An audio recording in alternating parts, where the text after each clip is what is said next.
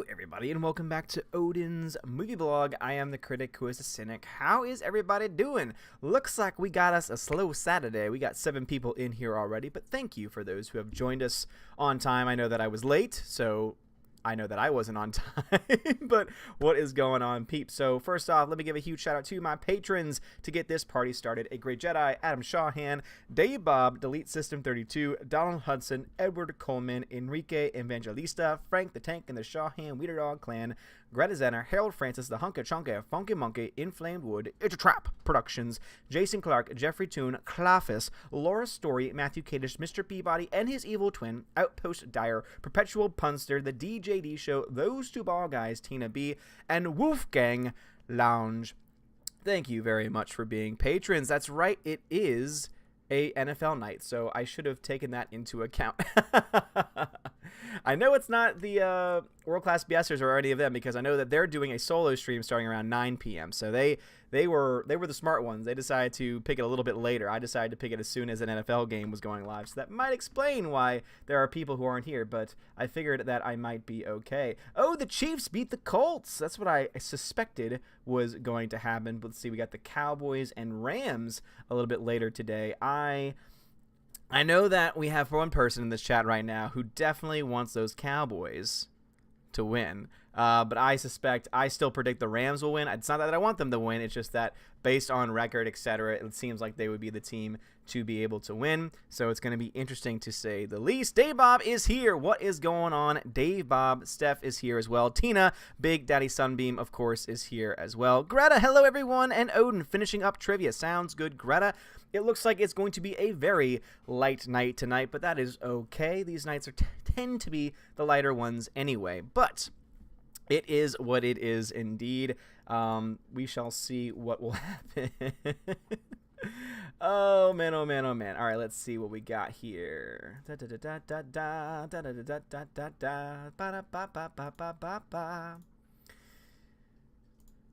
don't know why I just sang that. But how are y'all doing? How is y'all Saturday night going? I'm sorry that I started late once again. Freya is not feeling well. Just randomly hit her. We had just put, it was chicken, sweet potatoes, and oh gosh, what was the other one? Celery? No, it wasn't celery.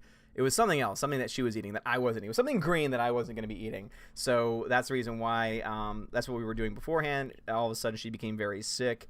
And so I wanted to make sure I was able to get it out of the oven and also make sure that she didn't have to get out if she wasn't feeling well. She's still not feeling too well. So I've got the pups with large, giant chicken bone things behind them, which they are just loving right now. So it should last them the whole stream. I would definitely hope so, but we shall see what indeed will happen with it. This is just kind of weird. This is a weird Saturday. At first I was like, oh my gosh, am I getting that double notification thing again? Is it just that I'm not showing up to certain people? But no, this is it. And you know what? I'm fine with that. Steph says, okay, on voting for the Ravens category number 2, crap world building, I'm blonding out on what? On that. So crap world building, meaning that it could be a movie or it could be a person, but obviously that person would be connected with the movie as long as it came out in 2018. So for example, one person I would say, or one movie that I would say has crap world building would be Crazy Rich Asians.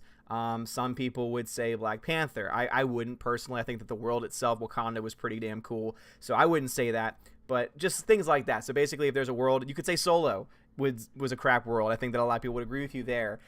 So John Kasdan, you could also say for Solo. Basically, it's a film that the world building itself, the world that the film exists in is awful, is poorly put together, which I guess goes more so on writing, but you could easily just put an entire film in there as well. So yeah, that is one.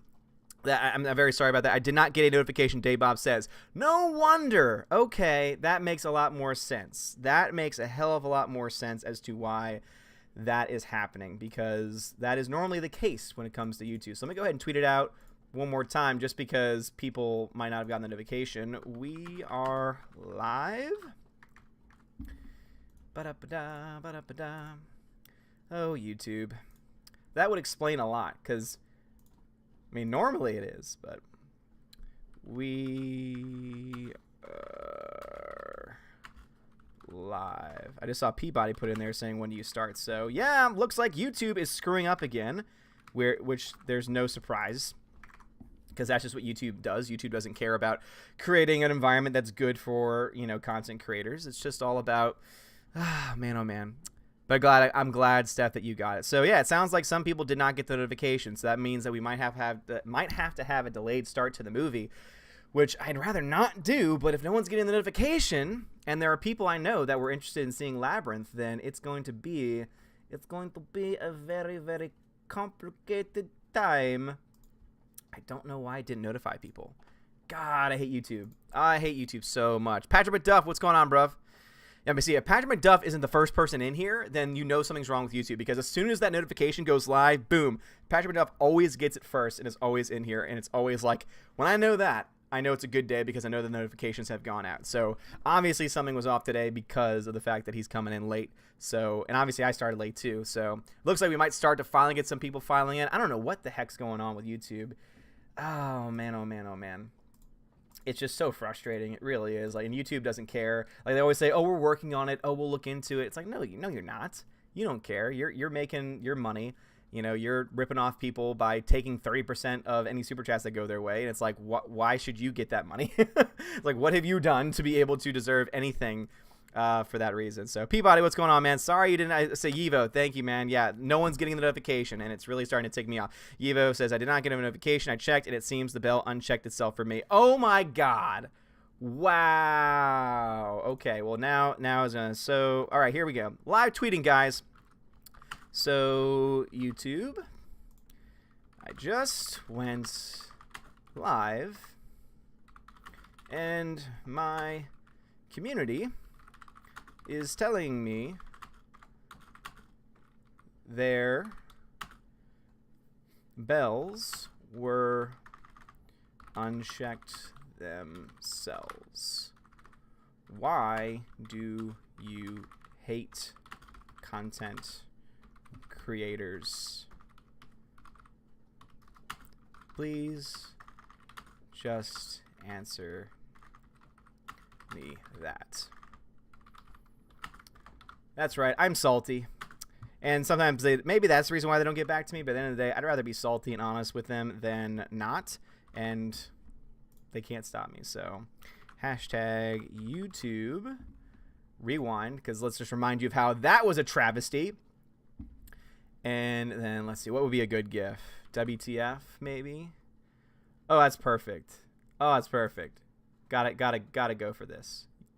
Gotta go for the Steve Harvey GIF, y'all. All right, there we go. It is tweeted. So if you follow me on Twitter, you will have seen it. Tweet that we are live. I did, Steph. I did do that. Greta says, my bell is still checked, but I didn't get a notification. Also had to click on the link on Twitter to find the live stream. Really? Okay. So it's not showing up on... Is it not showing up on my page? Is that the problem? That's weird. That's so bizarre. Big Daddy something says, yeah, something is wrong on YouTube's part. Still not getting anything on my subscription feed. Really? Because what? Because I'm on... Let me try... Let me see. I'm on... All right, I'm on another account. Yeah, it's not showing it for me yet. So basically, it's at this point now. Also, John Joseph Gray IV, thank you so much for joining the channel. So basically, Greta says it might now that you're live. I was thinking the same thing, but here's the thing. So normally when you go live, it shows up in the subscriptions, and there's like a little like red box next to it and everything. And normally it also is in your subscription feed. I'm on one of my other accounts, like the Welcome to Asgard account, and it's not showing up there. But then as soon as you go to the actual Odin's movie blog page, then it says live now. So that just doesn't make any sense to me at all. What? I am so very, very confused. I am so very, very, very confused. That doesn't make any sense to me. That's so weird. My bell is clicked. All right, glad to hear that. Big Dice Something says it's up on your page for me at least. Been this day all day, says Frank. So you're saying that it's been like this all day? Is that what you're trying to say? I can't find one you don't have to pay for. Yeah, unfortunately, Mary, I don't think there is one that you don't have to pay for unless you use some other nefarious means that I don't have information about, unless it's on your phone. There's an app called Showbox that's usually pretty good with that kind of stuff, but that means we have to watch it on your phone, which is never ideal. All day been doing this YouTube. Oh, Frank's been doing this all day on YouTube. Yes, Frank has been busy. Frank has been busy all day, modding stuff, being on streams, doing all kinds of stuff. Frank is a very, very busy pup. I wish there was an option where in the actual like live stream you could actually just send out a notification. Like, that would be wonderful if you could just do that. I don't know why it didn't, though. This is so weird. It's on privacy is public, so it's not like it's hidden from anybody. That just doesn't make any sense to me. That just doesn't make any sense to me. I know that Streamlabs just updated, so it could be a Streamlabs issue.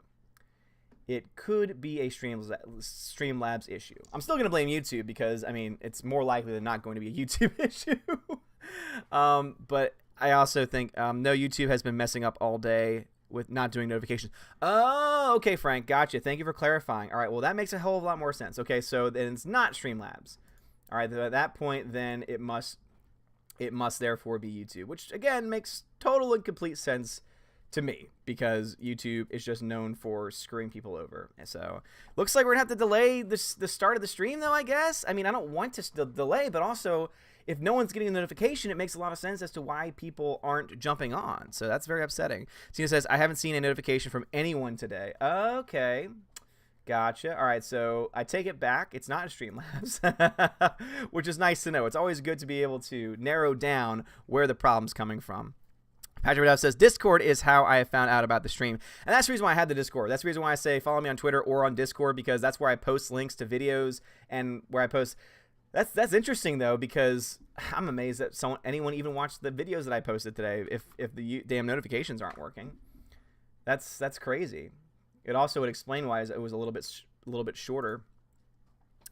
Let's see. What else we got? That's so crazy, though. Yeah, good old YouTube.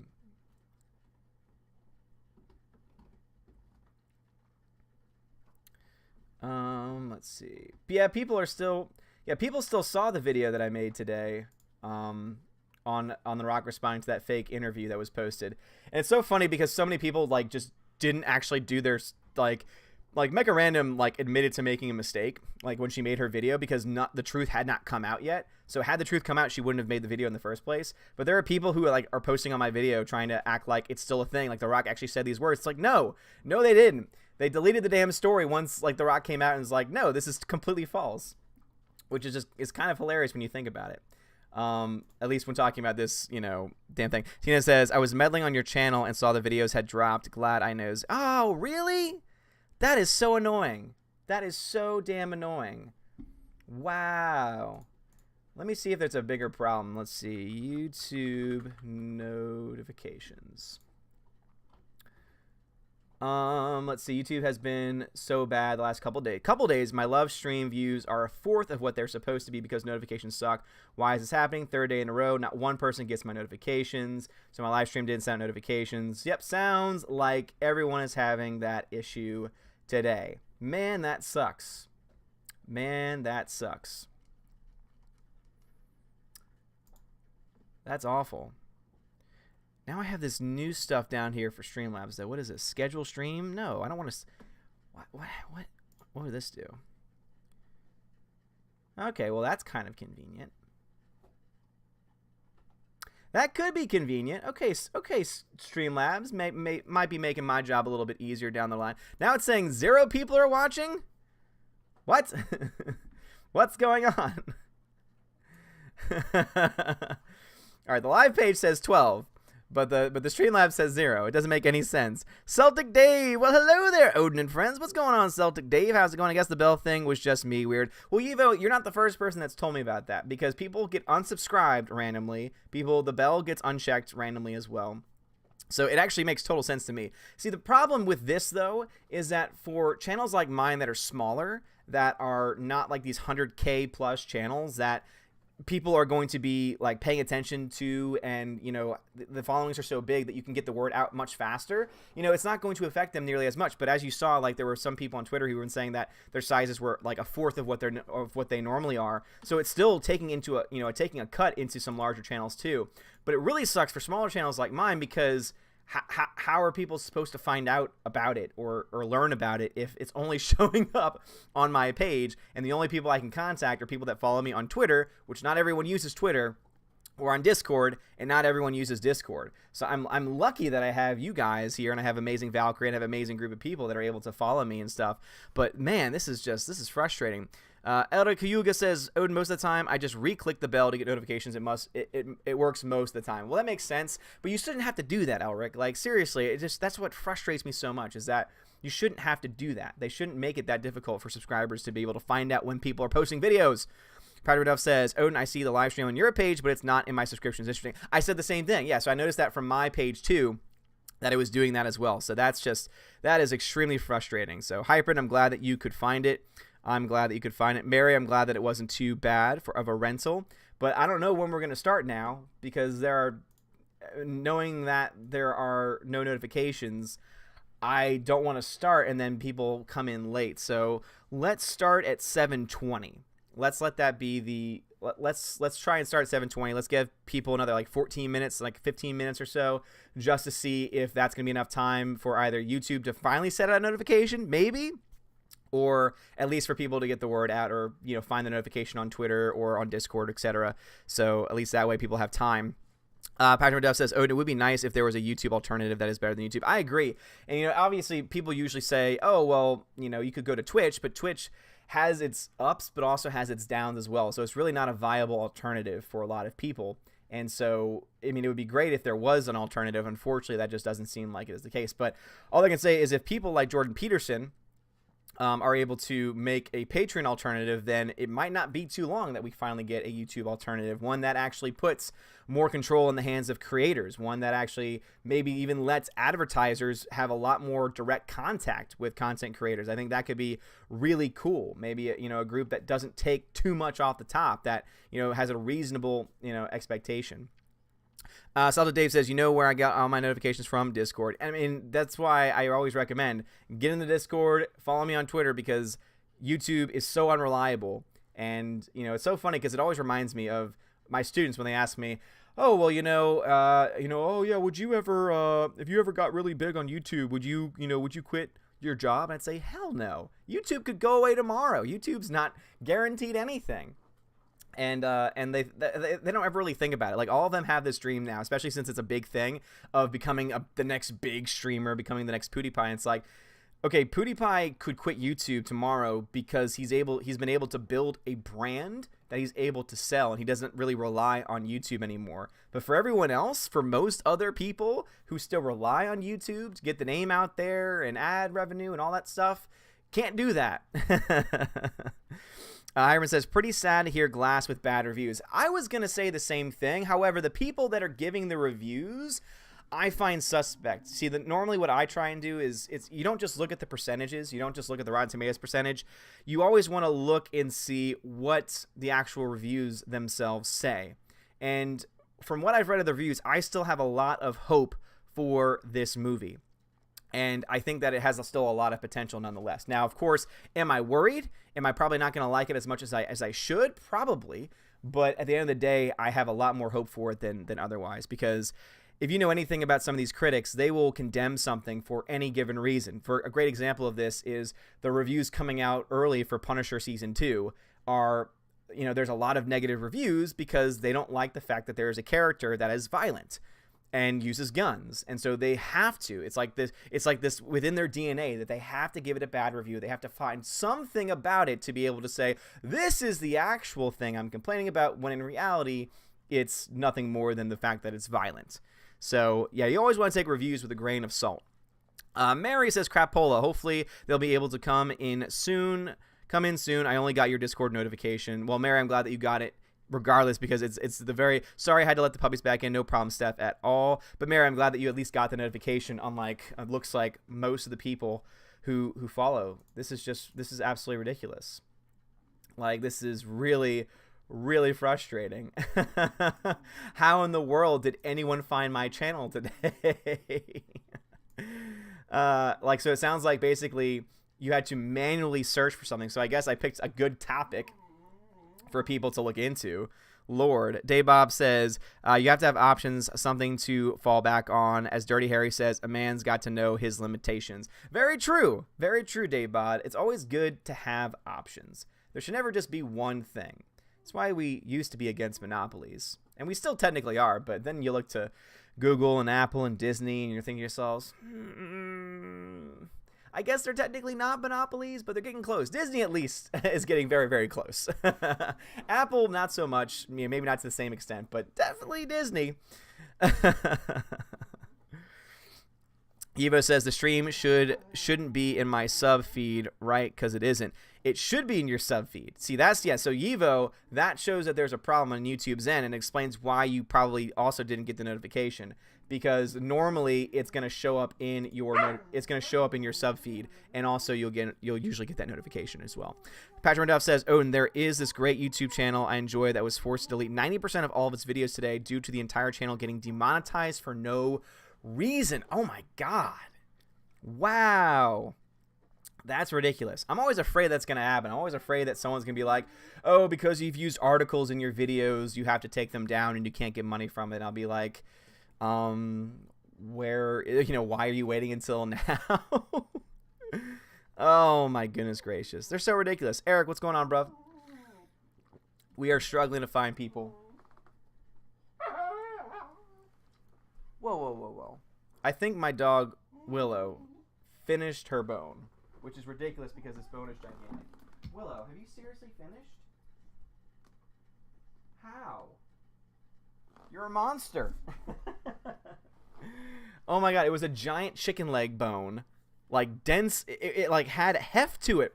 When I was bringing them in, it was like it had so much heft to it, and she finished it in like 25 minutes. River's like barely, like maybe a fifth of the way through it. Lord, you're crazy. See, Hyprin says, Green Book was really great. Finally, I see a great autobiography for once, and it was funny. And you know what's so funny about that, Hyprin? I'm glad that you mentioned that movie. That movie is getting attacked by a lot of SJWs because they don't like the fact that it deals with a white character who's racist. You know, that's the world that we live in now. You can't even tell those kinds of stories. And they don't like how the writers and the director are not of a certain race. And it's like, how does that mean they can't tell that story when it's especially based off of a true story? It just doesn't make any sense to me. Why people are just freaking out about it. Peabody says, "Oh, now they have a robot to play with your pets and disperse treats." Might have to get that at some point.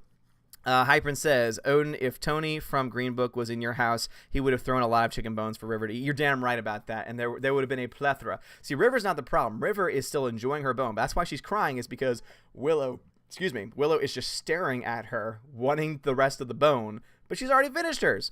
Greta says, "I'm mad that Green Book is getting attacked. It's one of the best movies about racism in a long time." I agree, because it doesn't play that political game. It just tells you what it's like, or what it was like at that time period, and tells an honest to God story about two people who are total opposites of each other getting to know each other. And to me, I think it's a great story about how we can get along, about even in our differences, we can still find something to hold on to. We can still find something to get connected to. It really is so frustrating that Hollywood just can't allow for certain stories to happen. And I wouldn't be surprised if a lot of it stems from the fact that Viggo Mortensen's character, or rather Viggo Mortensen, in a conversation about the movie, said the N-word.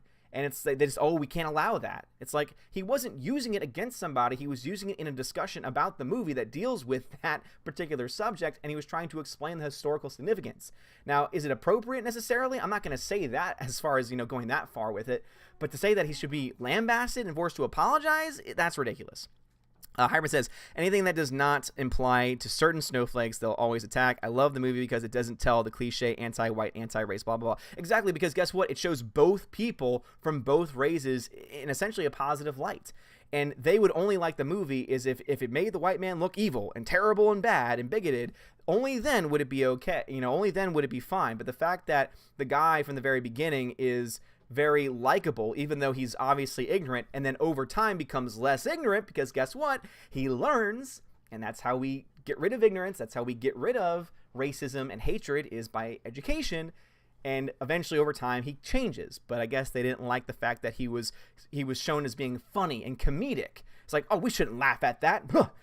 It's like, I'm sorry, if we don't laugh at these things, like, I honestly think that the best person to look at in this situation is, without any question of a doubt, Mel Brooks. The fact that that man was able to do a movie that had a musical in it called Springtime for Hitler and had all these jokes in it. I mean, I think that really tells us all that we need to know about how we should be treating these. Obviously, should we have respect for victims? Yes. Should we, not make fun of certain events in certain ways? Yes. But at the same time, too, if we can't just take a moment to learn a story, learn about an actual story that happened, without also having some lighthearted moments, then what the hell are we supposed to? Oh wait, that's right, because that's what gives us movies like If Beale Street Could Talk, which I've read through a lot of the reviews. I haven't seen it yet, but all the negative reviews are about how it's so boring, and of course there are 95% of the critics can't say that because, oh no, but this is the type of movie that we have to praise. This is the Moonlight. Oh, we have to praise it, even though no one's gonna see it. We have to praise it because it does things a certain way. It's like, no, that's not how it should be. Dion, hail to you, sir. Greta says, apparently the writer-producer wrote a tweet in 2015 about Muslims cheering after 9/11, and now he's being attacked. Yeah, I heard the same thing, and I just think... Also, what's amazing, too, about that, Greta, is that he had to delete his entire Twitter because people started to try and dig through all of his old tweets to try and essentially sink the film. And it's really sad because I know that Green Book is still likely going to have enough love to get nominated, but that was a film that a lot of people were saying was going to be the winner, was going to win the Oscar this year. And I think that that entire campaign has now been destroyed by this entire narrative. And if out of all the movies that are likely going to get nominated this year, that to me is the best. I mean, that was my third favorite movie of the year. It was Bad Times at the El Royale, Infinity War, and Green Book. Those were my top 3 movies of the year. And so the fact that one of them that actually is going to get nominated and, deserves to win, probably isn't going to get the love and attention that it needs because of stupid political reasons, really frustrates me. And also it's the reason why I made the episode that I made today for my podcast. So if you're a patron member, made a podcast today about how I would increase the ratings of the Oscars, what changes I would make. And Greta, I would love to hear your thoughts if you have time to listen to it. Hyman says, I love the movie overall in a relatable way. Marshall Ali's character, for example, broke my heart because of how even people by his own won't accept who he is culturally, kind of like me. Hyman, I think you're exactly right there. And that's the reason why I love it too, is because it's not even just that he's rejected by white culture or white people in general because of racism. He's also rejected by his own people. He's rejected by the black community as well because he is, and this is something that we see a lot talked about, he's considered too white. And I think that is the problem, is that we have this mindset and we allow this mindset to continue of, oh, just because someone is educated or speaks a certain way or likes something, that this makes them or it makes them more authentic to their race. That's ridiculous. That is actual racism. And it's like, oh, no, you can't say that. You can't be racist against your own. Yes, you can. Absolutely, you can. And it's just, oh, my God, it's so ridiculous. Daybob says, Odin, all white people are evil according to Hollywood and the left, which is amazing to me because all the rich people in Hollywood are mostly all white people. So it's just so funny and also sad how people buy into that lie still and they just can't see what's right in front of them. Hireman says, continue thread, kind of like me when I'm trying to relate culturally with people from my country. Yeah, I mean, sounds about right, Hypern, really does.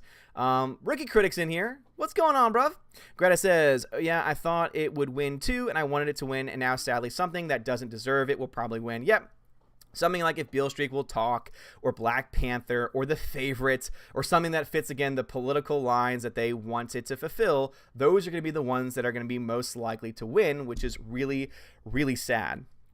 Tina says, you'd better believe it's real. We talked about that in our interview, didn't we? Damn right we did. Damn right. Eric with a K says, hello, my Asgardians. Hello, my friends, and Odin Allfather. What's up with Eric with a K? How's it going?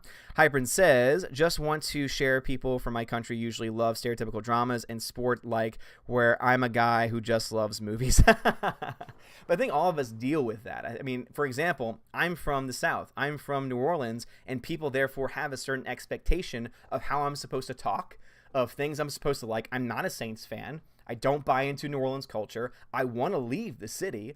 So it's like I don't fit in with the actual criteria, and that's the reason why you have certain conversations or certain people that would actually reject saying, oh, well, then you're not a true New Orleanian. Now, a lot of people wouldn't say that because not everyone's an ass, but there are people out there that would say that, and it's amazing how there is definitely biases that exist on all these different sides.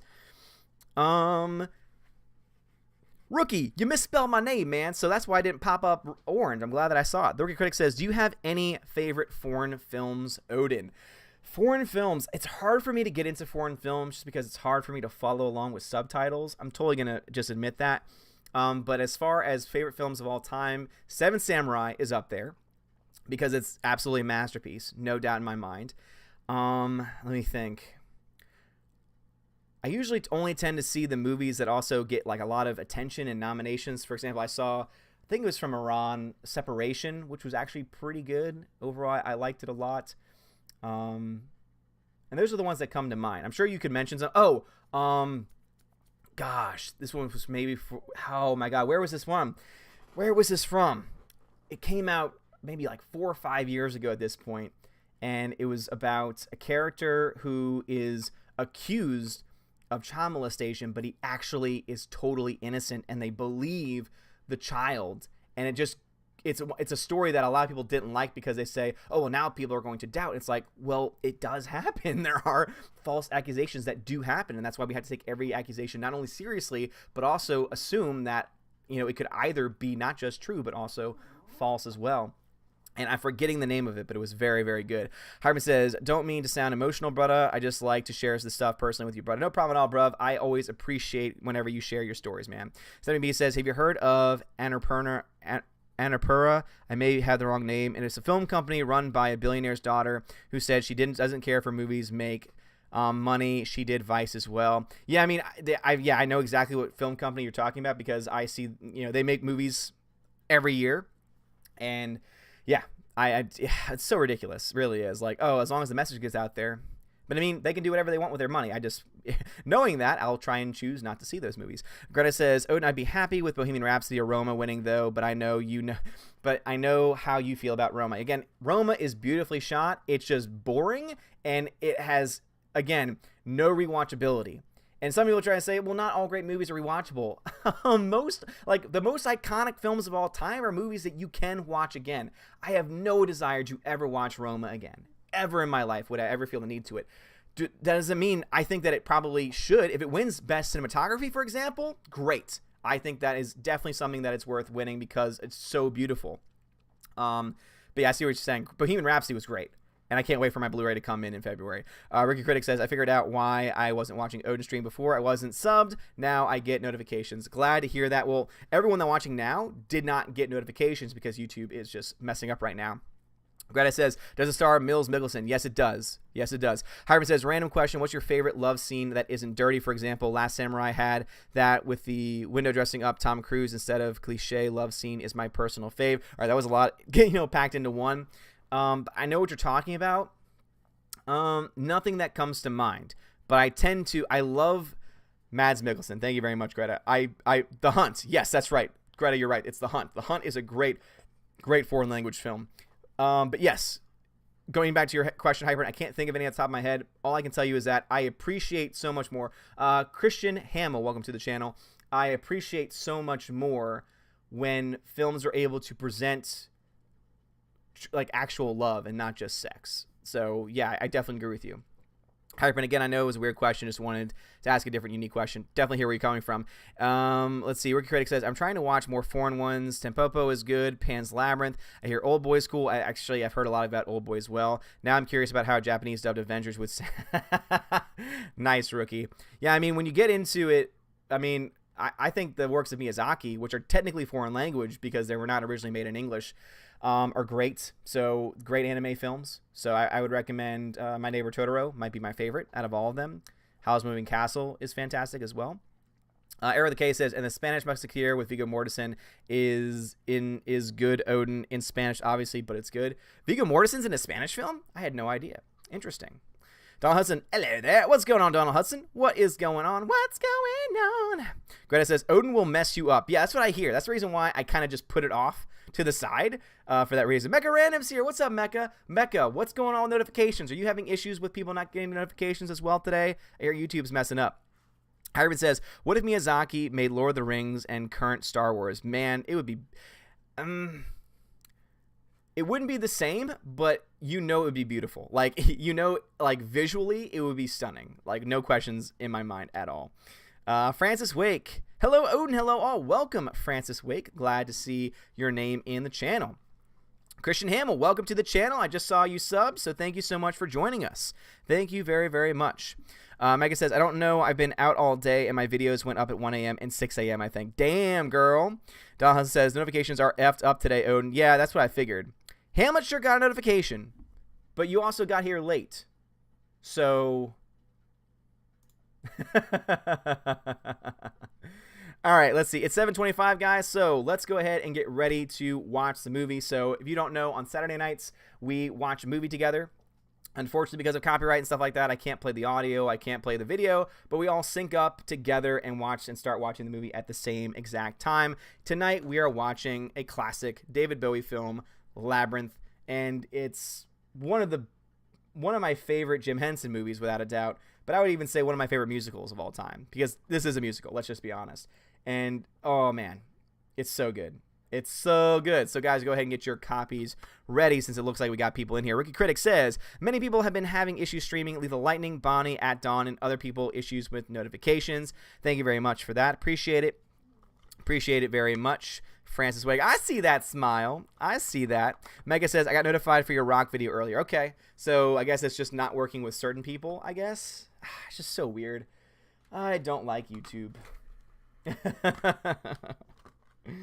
YouTube is just such a disaster. It's a beautiful disaster. Alright, getting my Blu-ray copy ready. Again, guys, if you want me to read a comment or answer a question as we watch the movie, I'll do the very best that I can. Obviously, there are going to be certain things that I'm not going to be able to do, but I will do the very best that I can. But go ahead and get your copies ready as well. Man, I'm thirsty. Rookie Critic says they could be trying to apply updates and right now sucking while they upgrade. Could be, Rookie Critic. You're absolutely right. You do like to look at the positive side of things, so I do appreciate that. Peabody says, where is proper Jeremy? He loves musicals. I know he does. Hamlet, to be fair, if it's safe to say I'm on the lookout at this point. Okay, gotcha, Hamlet, gotcha. Tina says, I ran it past the Flying Horse opening, so I'm ready to go. Awesome. Fantastic. Let me just get my headphones ready. Sorry, my dogs are having a stare-off over its rivers, but obviously they don't understand. God, I love this movie. God, this movie's so great. All right, so if you have a Blu-ray or DVD copy, I'm going to be skipping past all of the PG stuff. Like, once the actual movie is up, that is when I will like pause it on my end, and then I'll make sure we're all synced up, and then we'll actually start. So I'm just getting through all the warnings and don't copyright restriction. And then they tell you in every language, and no one ever reads it. And there's all these small little screens. Small little screens.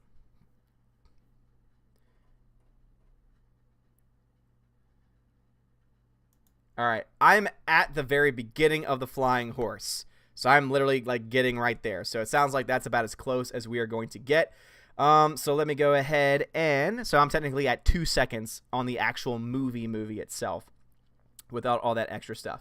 So let me just get my clock ready for you guys. Let's see. There we go. Boom.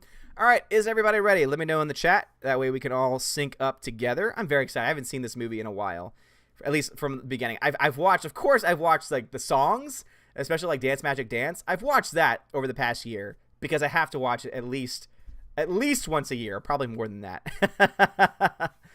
Greta is ready. Daybob is ready.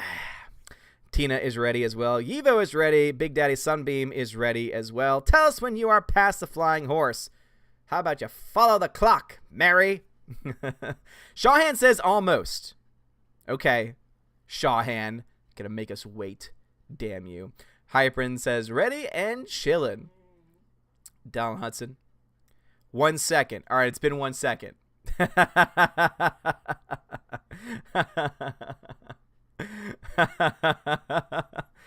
Are you sure, Adam?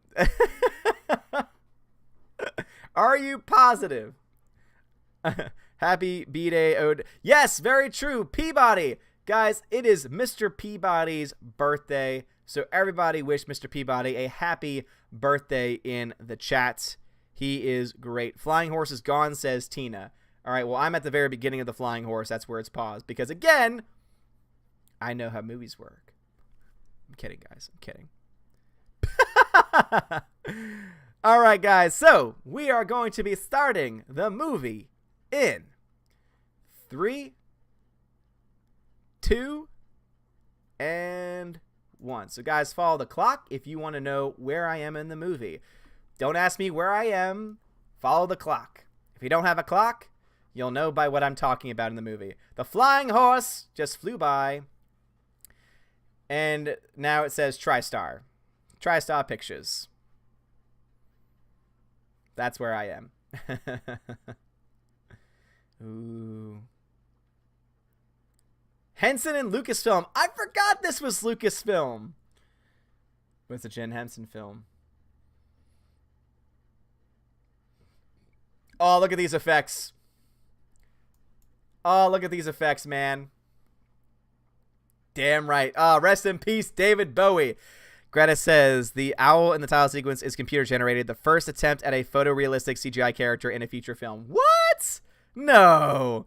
Hamlet shirt. Where are you in the movie? Damn you. Damn you, Hamlet shirt. Yes, seriously. Rest in peace, David Bowie. Labyrinth title on the screen. Labyrinth title on the screen, everybody. Alert, alert.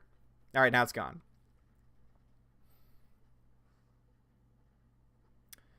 Definitely the first.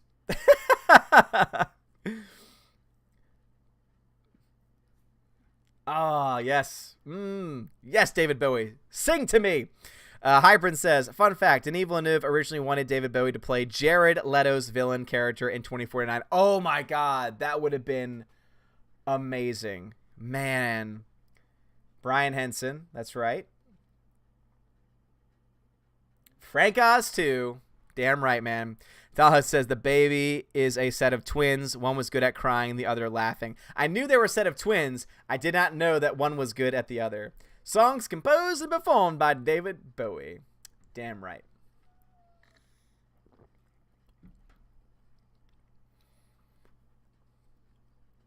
Because it hurts like hell. David Bowie is great. I wish I listened to more of his music. I appreciate him, but I just never really listened. All right, I didn't know Jim Henson was a part of the writing team. Like, as I said, haven't seen this in a very long time. Very, very great song. Ha, ha. It's only forever. God, he's so good. What I love especially, George Lucas was an executive producer. I mean, I know Lucasfilm, so it makes sense, but I had no idea. I knew Jim Henson directed it, but man. That was a cool transition from the CGI to the actual owl. Oh, she's so young.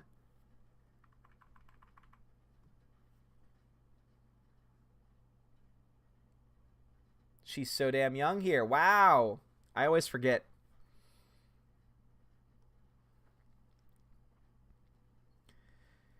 I know, seriously, I had no idea, Tina. Greta says George Lucas and Jim Henson were best friends until his death. I had no idea. That's really cool. That makes me happy. Man, they could have done such... Makes me even sadder for his death because you could really have, you know... They could have had so many better films together. Also, Greta, is The Labyrinth an actual book? I'm assuming since the story is created by Jim Henson and someone else that that's not the case. Oh, Merlin.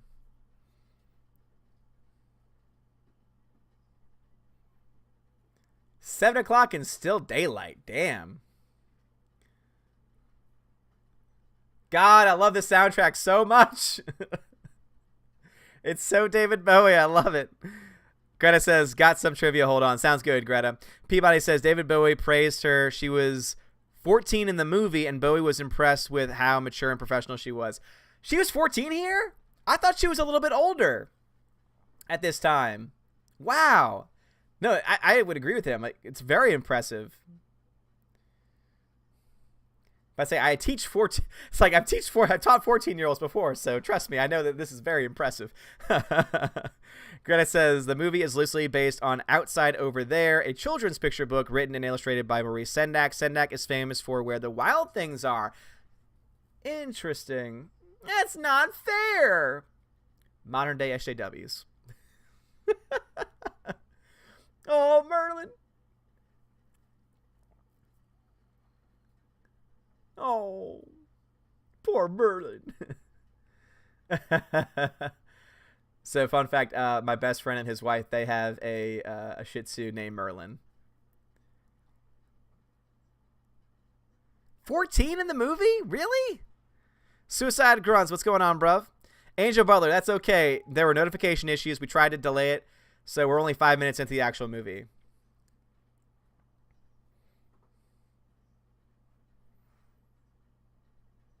You should have dates at your age.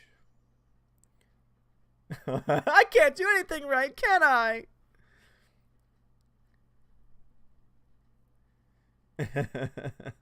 Well, that must be the one that's good at crying.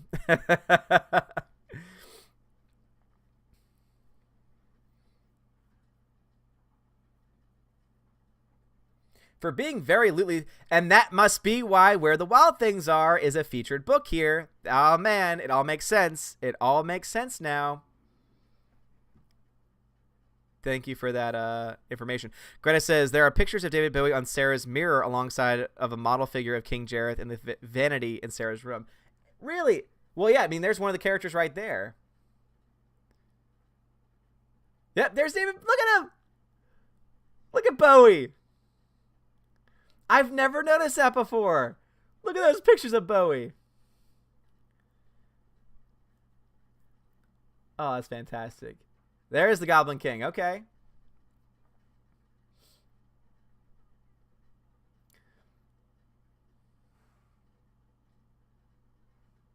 Lancelot. Someone's been in my room again. I hate it. Yeah, because the baby got in your room and took your doll, the one that can barely walk. Take me away from this awful place. That poor baby.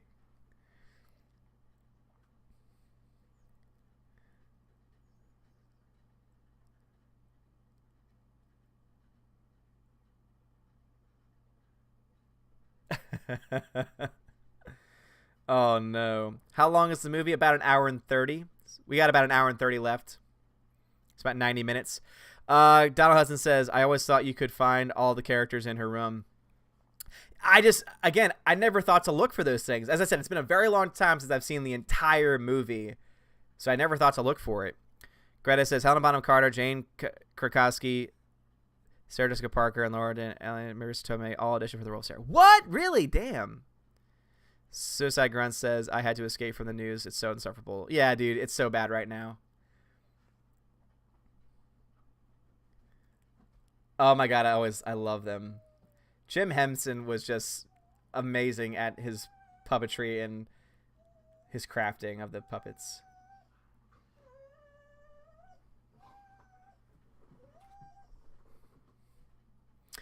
Hyperman says, Labyrinth versus Pan's Labyrinth for Labyrinthception. I like the original Labyrinth. Evil puppets. The evil Muppets.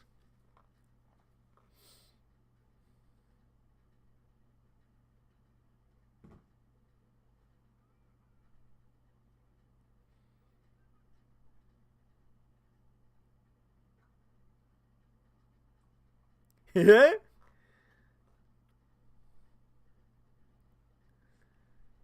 Say what?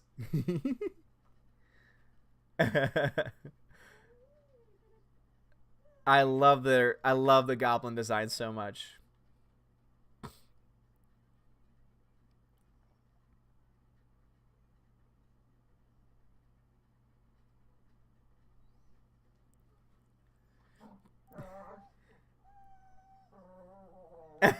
What's all that rubbish? Also, I love all the voice actors for the goblins as well. Hamlet's shirt says, "Did you go? Did you guys get Fraggle Rock in the States?" Damn right, we did. And Fraggle Rock was so good.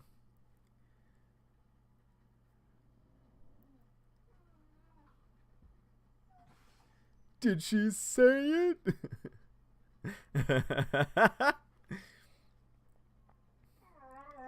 Poor Toby. That's my dogs make noise. Toby.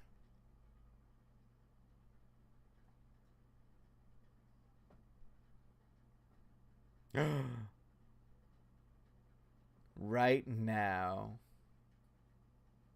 The goblins. Her outfit, though, is pretty stellar. Her outfit is pretty stellar. That shirt gets me every time. Especially since she's wearing jeans at the same time. I do like Dark Crystal. It's been years since I've seen it, but when I watched it, I did like it at the time. So I've only ever seen it once, though. So again, it's been a very, very long time. Oh, the lights aren't working. Oh no. Oh no. Look what you've done.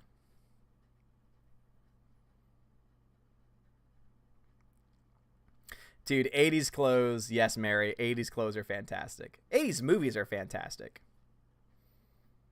Ooh, I love the ambiance.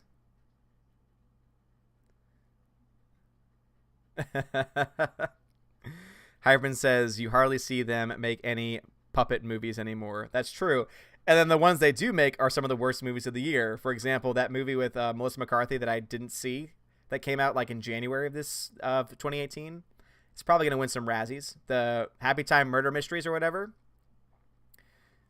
Say the first Muppet movie was okay. Ooh.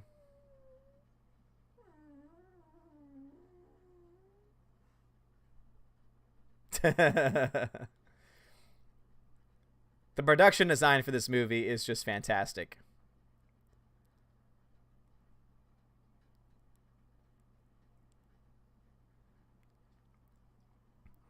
Suicide Grunt says, I am watching 2 live streams somehow. Oh, great. Now that's happening now. Oh, that's fantastic. That issue has happened before as well. Oh, yes. Yes, Bowie. Yes.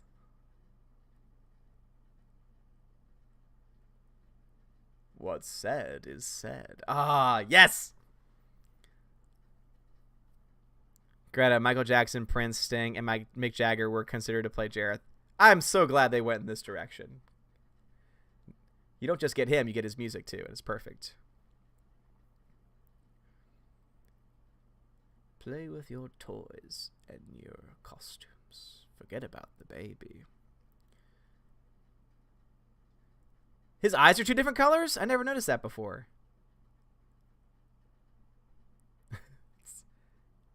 It's a crystal, nothing more. God, look at that work. That's impressive. That's some impressive work right there. Look at that ball work. Or crystal work, I'm sorry.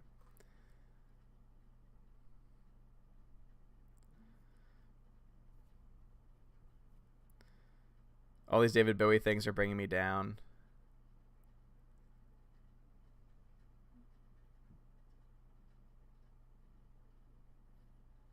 There's effects. Don't defy me.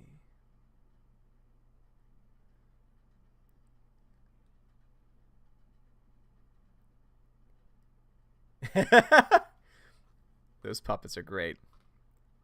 I never noticed his eyes. Greta says he was punched in the eye as a teenager, so one pupil is permanently dilated. What? I had no idea. Did it affect his vision? I never noticed it. No, Peabody.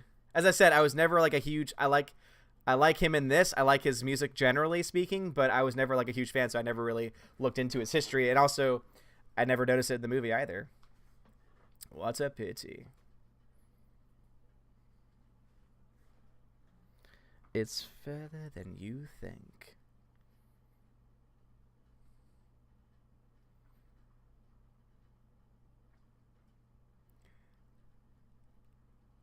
$13 hours.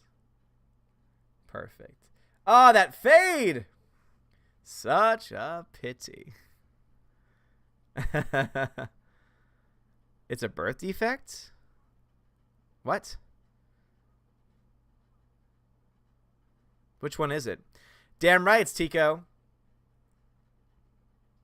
It's all zeros, Tico. Mary says, I like the screensaver on the monitor behind you, Odin. Well, it's just the Roku. It's the standard Roku screensaver.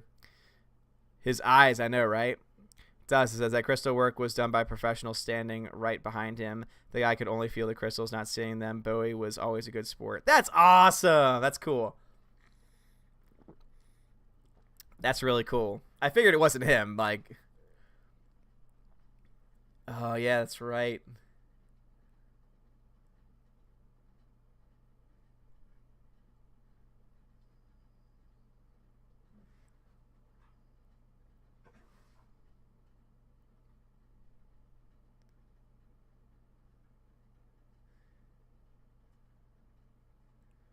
The fairies. Thanks, Dion. Appreciate it. Fairies bite.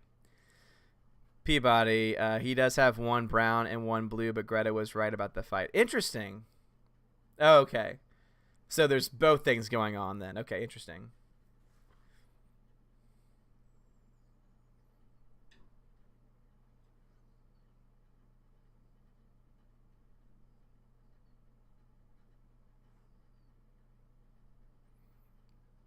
Hoggle. I love Hoggle. The Hoggle peeing is all no that always gets me. I was distracted when it was happening on screen, but it was like for a kids movie that's actually pretty risque when you think about it. But I guess this is definitely, again, I would not consider this a kids movie. I would consider this to be a family movie for the entire family.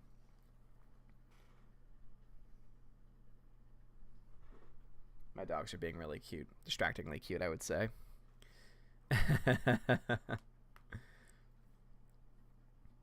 Greta says, Monty Python member Terry Jones wrote the first draft of the script. Really? Okay. That's really interesting.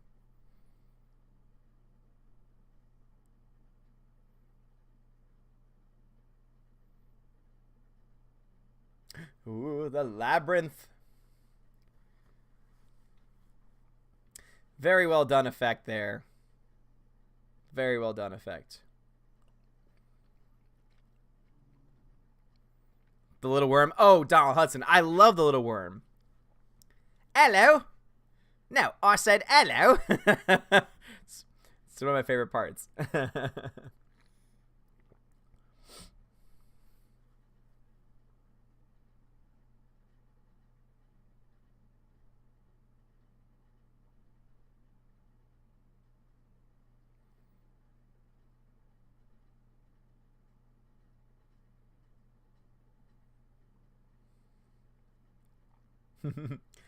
Well, that's your opinion. It's a lot better than yours. Oh, love Hoggle. Suicide Grunts, thoughts on the Iron Giant? I've actually never seen the Iron Giant. Never seen it, so I couldn't tell you one way or the other. It's one of those movies that I missed. I want to say I have it on Blu-ray because it was on sale, and of course I know about it. I just never actually saw it. Suicide Grunt says it's good. Nice. Those eyes. Oh, the soundtrack and score is so good. It's so 80s, and it's 80s rock. I love it. I know, seriously, Christian, the eyes are crazy. Come on, feet. Bum, bum, bum, bum.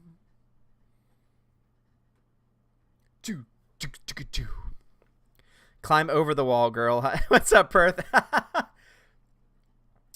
If there was things to grab onto, that's what I would suggest. But they're really, I mean, those branches don't look very sturdy.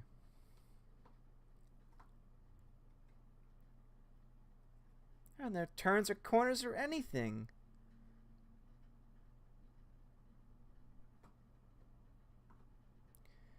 maybe it doesn't.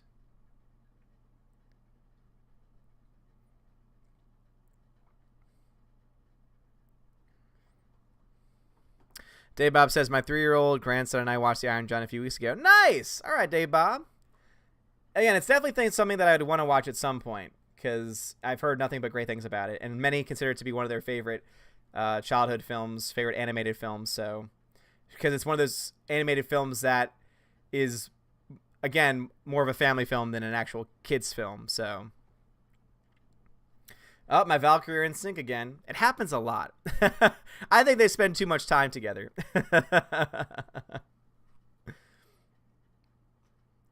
Yes, let your anger flow through you.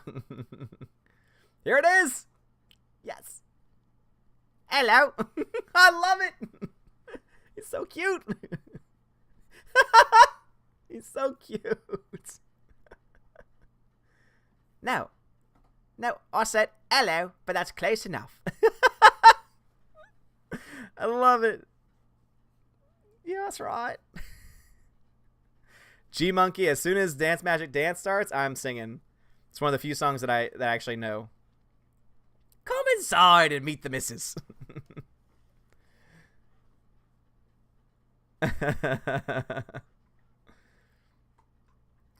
What's the closed caption say, Mary?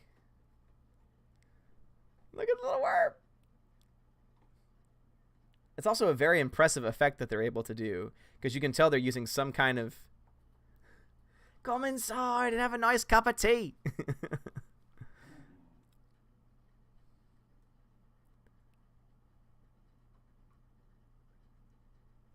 That is also a very impressive effect.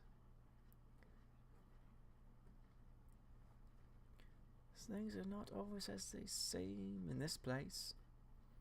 Because even now, as I'm looking and I know what's about to happen, I can't see the... That's so impressive. So impressive. I said, don't go that way.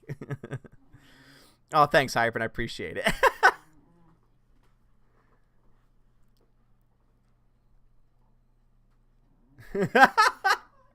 If she kept going on that way, she would have gone straight to that castle. Oh, I love the worm. So cute. Toby. Oh, here we go. Here we go. Yes. Gotta get that baby to stop crying. You know what that means. It's time for everyone's favorite part of the movie. I know it's my favorite part of the movie. I also love the beginning. Sausages. Just seeing all the individual... Like, look at all the individual goblins that they had to create. And they each have their own personality, their voices. Yeah, David Bowie, wearing those bulge pants. And that riding crop.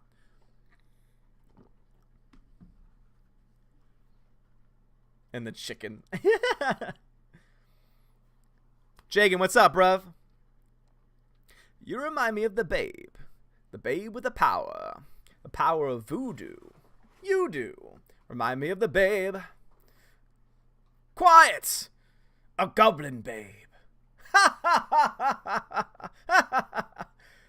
Well, I love it. I saw my baby crying hard as babe could cry. What could I do? My baby's love had gone and left my baby blue. Nobody knew what kind of magic spell to use. Or puppy dog tails, thunder or lightning. Then baby said, dance magic dance, dance magic dance. That bulge is so damn funny. Jump magic jump, jump magic jump. Smack that baby, make him free. Da-na, da-na. I just love it as it plays in the background with the damn... love it, love it, love it. Greta says the Dance Magic dance scene consisted of over 48 puppets, 52 puppeteers, and 8 people in goblin costumes. That is awesome. Hamlet shirt. I have expected Odin's pets to start dancing behind him on the couch. They're preoccupied with a bone on the ground over here. Thanks, Donald Hudson. CWD says Jim Henson's The Labyrinth is still more Star Wars than Disney Star Wars is now. I would agree with you there. But I love the little monkey thing that comes up. And that is Waka Waka. Your mother is a fragging aardvark. Jake and I was looking at an interview with the Dixie Chicks, and they were talking about how they lost their career due to one of them talking about. Yeah, that's true, Jake, and I remember that. We can talk about that a little bit. Saw my baby crying hard as babe could try. What could I do? My baby's love had gone and left my baby blue. Nobody knew what kind of magic spell to use. Happy dark tales, thunder or lightning, and baby said, dance magic dance, dance magic dance. Jump magic jump, jump magic jump. That baby make him free. Dance magic dance, dance magic dance, dance magic dance. Jump magic. Oh, the baby throwing up in the air. Jump magic jump. Ooh. I love that at the very end. Ooh. Mike G, what's going on, bruv? J55 says, part 2, what is your opinion about it? I've actually seen that documentary. They actually made an entire documentary on the entire experience, and it's really sad to see what happened to them, because all they did was just, say something. But we can talk about that another time. Enter Trap says, greetings, everybody. Sees Odin singing. Oh, a singing party. Tina says, I'm so glad Odin's mentioned the bulge. I thought I imagined it. Nope, there's definitely a bulge in those pants during that entire song, and it is fantastic. Christian Hamill says, Odin, it must be the first time you see that movie. It must be the first time you see that movie. It's not the first time I've seen it. First time I've seen it. I will mention, I've seen that song, obviously, more than the whole movie itself, because I watch that clip every year because I love that song so much. These people. It's a very impressive puppet work. Certain death. Whoa. Greta says, the baby who plays Toby is Toby Frode, son of Brian Frode, who was the conceptual designer for both this movie and Dark Crystal. Interesting. Don Hudson says, I don't remember the baby throwing up in the air. That had been messy. You're right, Donald. You caught me there. You could only ask one of us. I always love this logic, too. One of us always tell the truth, and one of us always lies. Oh, what a lie! It's like opposite day.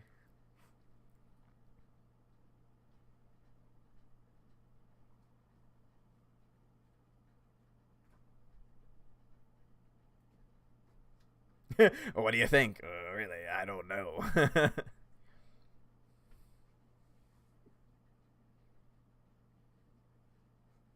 Oh. Tina says, and now I'm seeing the stream notification on the subscription page. Nice. Your logic does not work.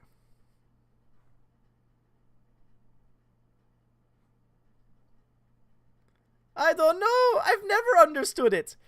But no, opposite day works the same way. Like when kids say it's opposite day, I would say, well, if it actually was opposite day, then you would have to say it's not opposite day. But if you say it's not opposite day, we could never actually know if it is opposite day. So same kind of logic that they're using. Oh my god, the hands! As a kid, this freaked me out! Helping hands. Tina... Oh my god. Tina says, and now I'm seeing the stream. Okay, that one. CWD says, if Labyrinth were made now to look like something Jim Henson's work, it would probably be massive CGI. Oh, it totally would be CGI. And there is a CGI section in this movie that looks awful. Like, again, as much as I love this movie, the part with like the fire creatures looks so bad.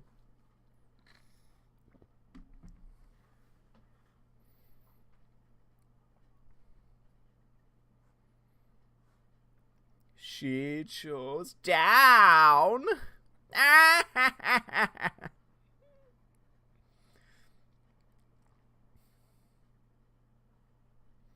That looked painful.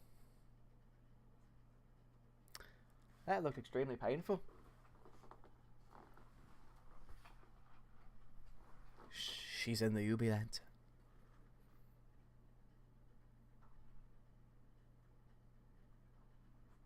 David Bowie.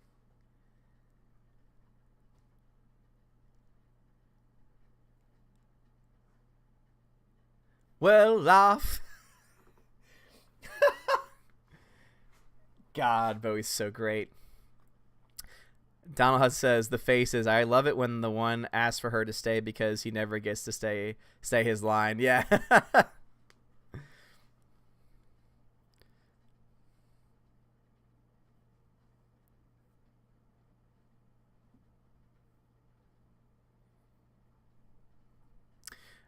Suicide Grunt says, thoughts on Bird Box? Well, it steals from other movies, so it's not original.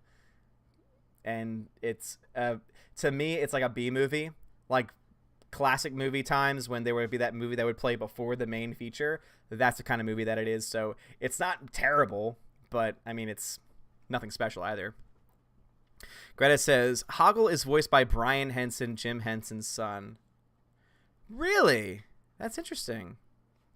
Hypern says, has this movie aged well for you so far, brother? Very well. Very, very well, I would say. Most of the effects are actually pretty good as far as being able to age well for its time period. Well, let me make sure my dogs aren't eating something they shouldn't. All right, they're good. But the one scene that I know of that for fact has not aged well is the scene with the damn fire creatures with the heads and the swapping and all that stuff. It just doesn't look good. Dance, magic dance.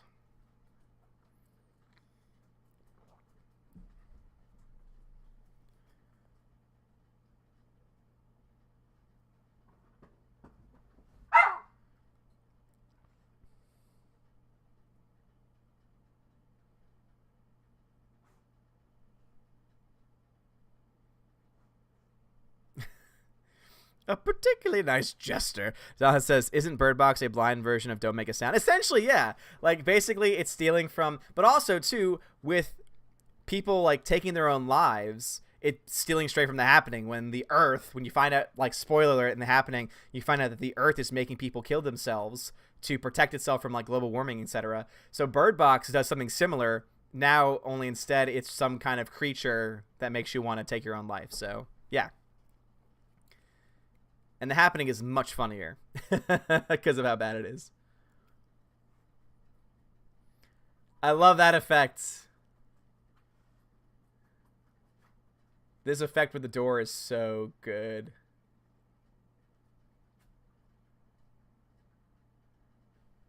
So impressive.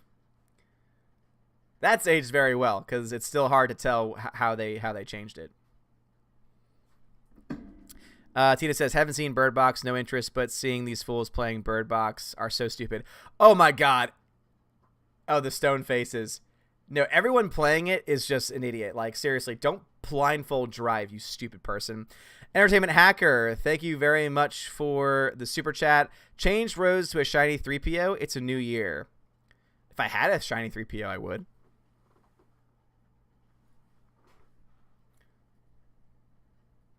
I also love this. Sorry, just doing my job. Beware! Oh, please. Haven't said it in such a long time.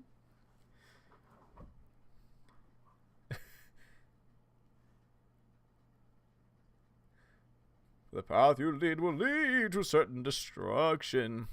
Donald Hybrid says, plot twist, Bird Box is part of the Happening Shyamalamanan universe. Donald Hudson says, oh man, The Happening was such a disappointment too. Yep, it was. But it was hilarious as well.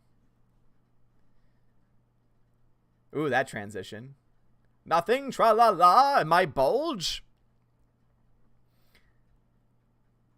Hogwart.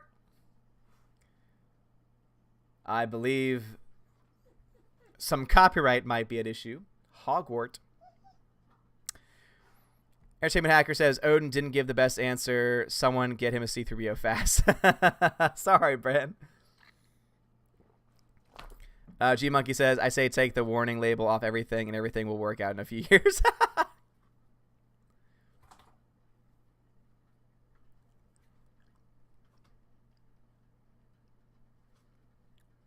Higgle.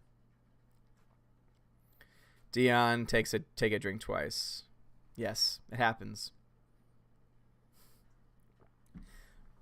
Bog of eternal stench. The origin of Hogwarts, thanks to the Labyrinth.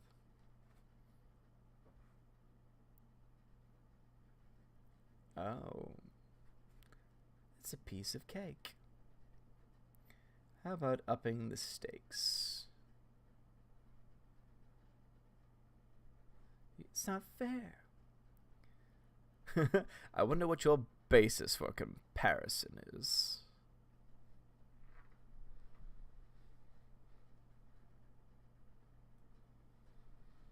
Now that's a pretty cool effect. That's H2L also. The cleaner. Hybrid says, quote, I believe what isn't really copyright simply makes you stranger. I believe what isn't really copyright simply makes you stranger. Hagrid, you are a Muppet, Harry. You're a Muppet, Harry.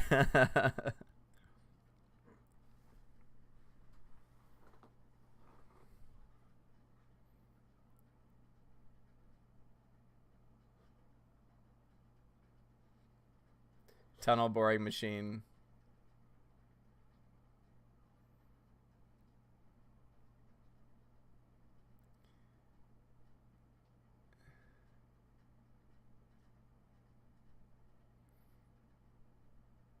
Doesn't do a very good job cleaning, I would say. Yeah, Entertainment Hacker, I wouldn't waste my time with Bird Box, to be honest. Donald Hudson says, Odin's first day as Defense Against the Dark Arts says, want to see a magic trick? Jagan, are you ready for the Rocko's Modern Life special and Invader Zim movie? Rocko's Modern Life, yes. Yes, I forgot that they were doing that.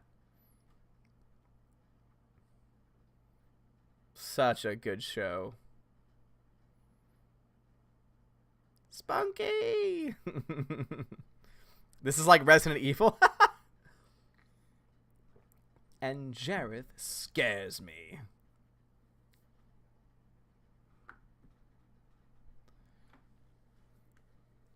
Bog of eternal stench.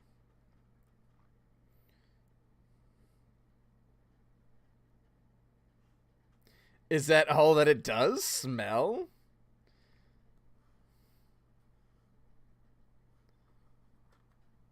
Smell bad for the rest of your life. And it'll never wash off.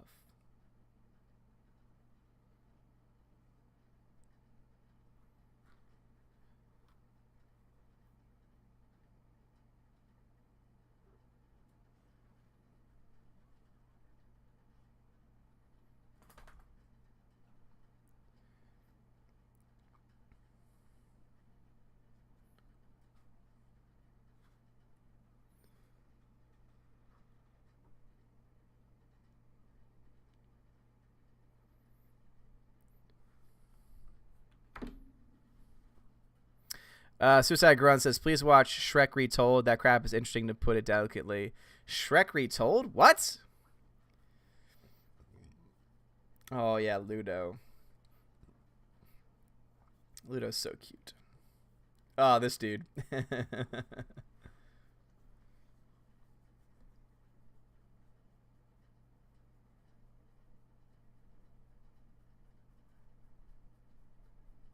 Woo, woo, woo! A young girl.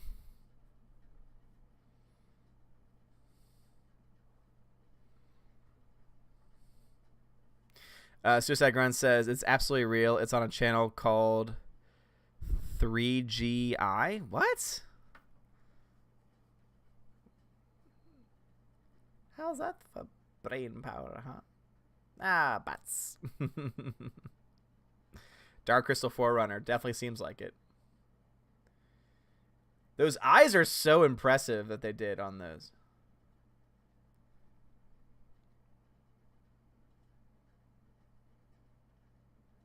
All right. Okay. The guy has a symbiote on his head. I know, seriously. 1980s Venom. Finished? Yes.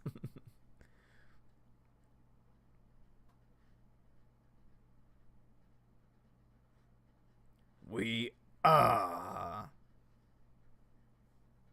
I agree with that statement as well. Sometimes in life it seems like we're not getting anywhere, but we actually are. I think that's your luck. Leave a contribution in a little box.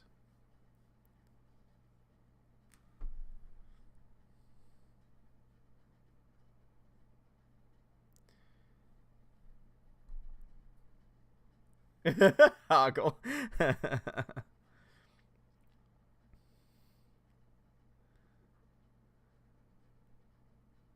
There are a couple of suckers. It's so stimulating being your hit. Such a great line. Suicide Grunt says, it's one of the weirdest things I've ever seen, but it's oddly charming. Okay, interesting.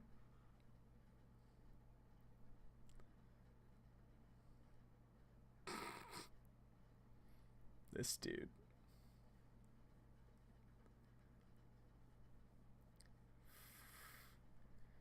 I ain't never been no one's friend. Goodbye.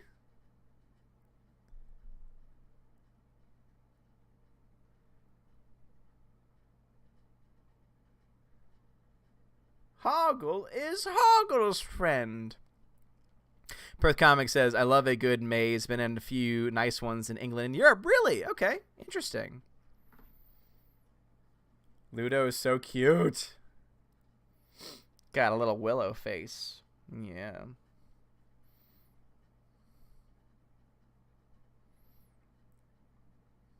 We got you now, fat boy.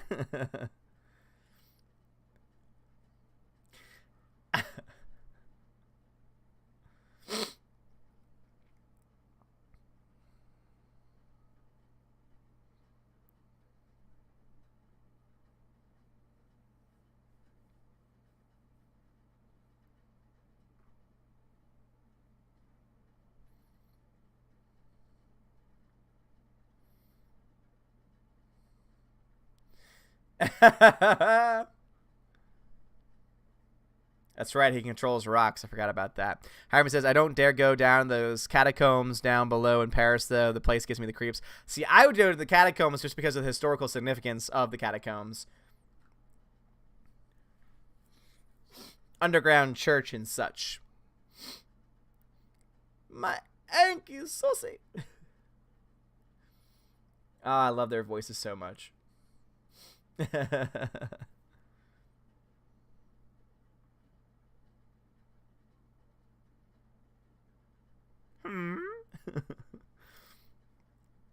No.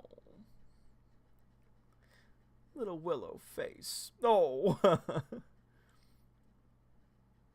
Ludo Town.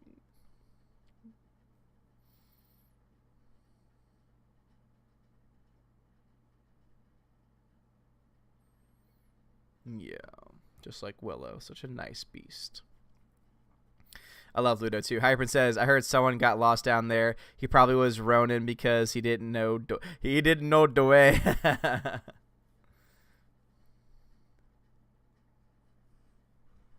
Oh.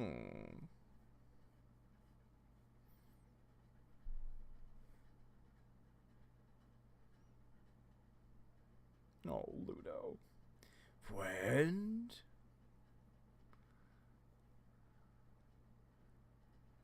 Sarah. That's a very impressive costume. Sarah. Greta says, to help the puppeteer inside him to see, there was a miniature video camera in Ludo's right horn that fed it to a small television monitor mounted inside the puppet's stomach. What? It's crazy. Brad Noble, why is Odin spamming me now? I'm not spamming you, Brad. Unless it's notifying you 1,000 times over, which is YouTube's problem, not mine.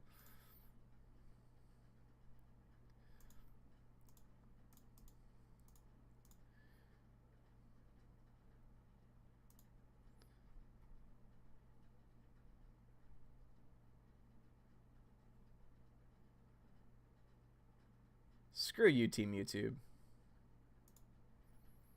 Can you give us screenshots? No. How about instead you just fix the damn problem? Don't act like it's not normal when other people are saying the same exact damn thing. Lord. It's very rude to stare. I love the difference between these two. One can't hear, one can't talk. Hybrid says, ain't it amazing how Jennifer Connelly and Visions are both AI couples? What?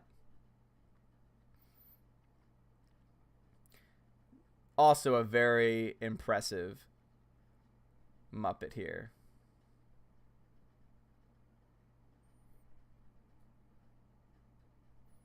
The way his mouth moves especially is very impressive.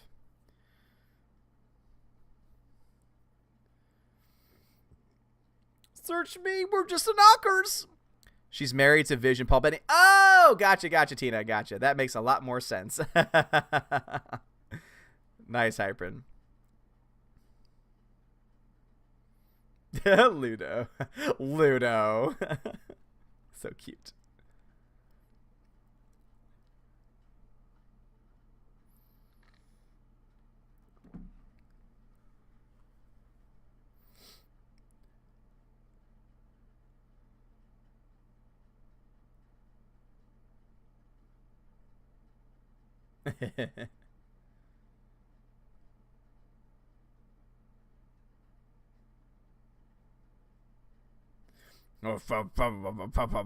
Jagan says, I saw Solo on Netflix, but I couldn't stay focused on it. It was just unnecessary to me. It's absolutely unnecessary, Jagan. You're absolutely right. It's a movie that nobody wanted, and it's a movie that nobody who saw it wants to ever see again, for the most part. And it's a movie that is not going to have any future. And if they do decide to pursue further films in that universe, it's going to be a very big mistake for them. So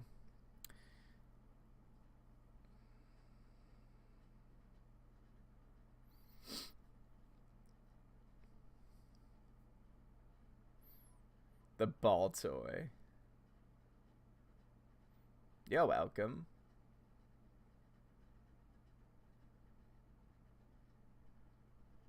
He's a lively little chap. I think I'll call him Jareth.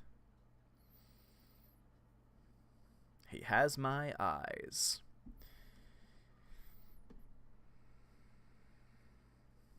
Oh, Ludo. So cute.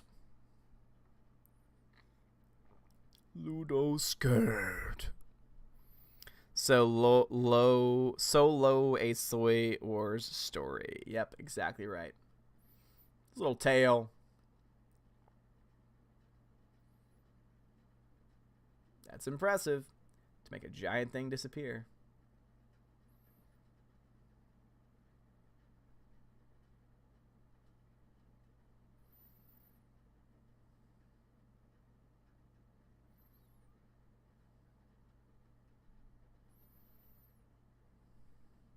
Poor Ludo. Hybrid says, Ludo Ren better than Kylo Ren. Oh. Hoggle, help. I'm coming, Sarah.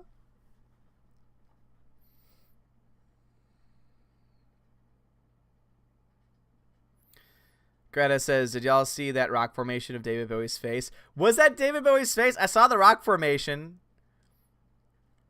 Oh, look at that. It is. That's awesome. That's so cool. Bowie forever. Damn right.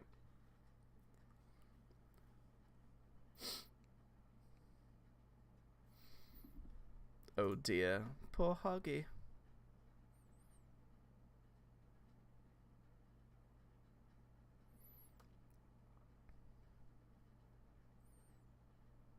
My lovely Jules.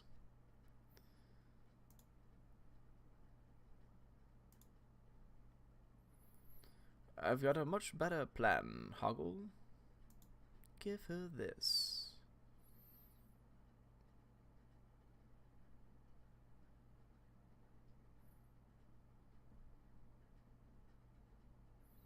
It's not gonna hurt the little lady, is it? Ah, David Bowie's bulge is hilarious.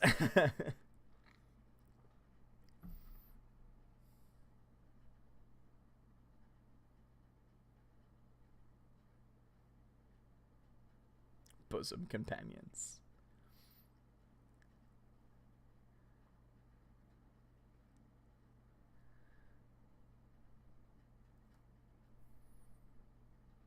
Oh, the bog of eternal stench. Come down to Fraggle Rock. Such a great song.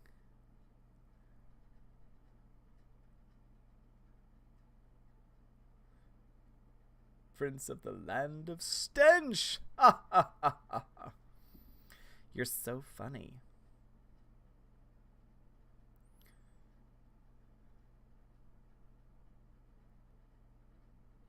Oh, these guys. Alright, this is where the worst effects are that have not aged well. Oh my god, that green screen. Oh my god, that green screen.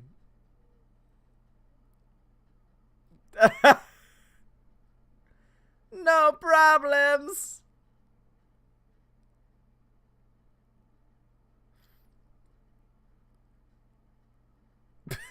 This song is so ridiculous.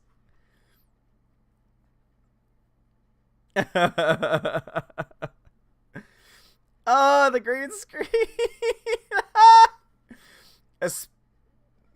Especially around her head. It's a very catchy song, though. Don't lose your head.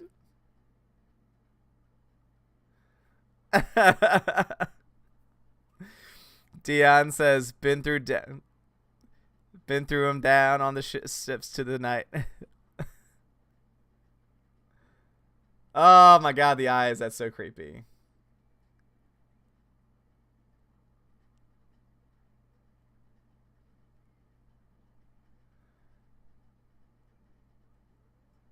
God, that green screen.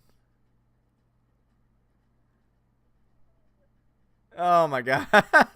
Hyper says, Oscar worthy for visual effects. You're damn right. Greta says, poor Jennifer Connelly doesn't know what to do. I know, seriously.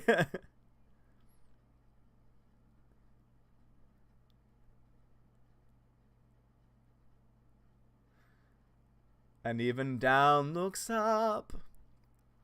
Jacob says, did you see the Care Bears unlock the magic trailer? Bedtime Bear has a British accent. No, I have not seen it.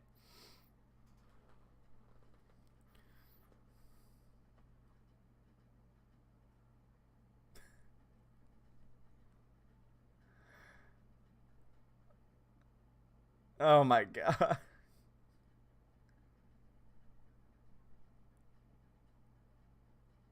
Chilling down.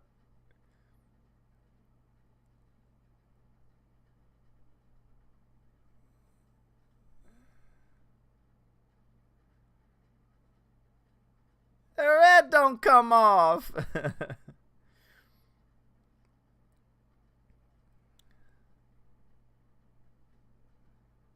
Take off her head. Hey, lady, that's his head. Damn right, Suicide Grunt, smash that melee button. Oh. All right, out of the entire movie, that's the only section that has not aged well from the 80s. For very obvious reasons.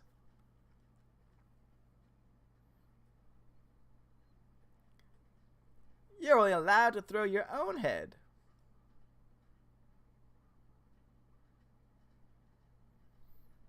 Welcome back, little lady. Play the game.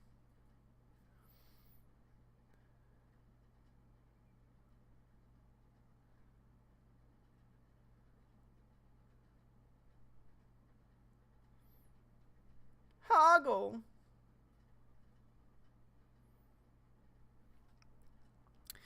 26 people watching. Thank you so much for watching. So very sad and sorry that YouTube notifications were not working.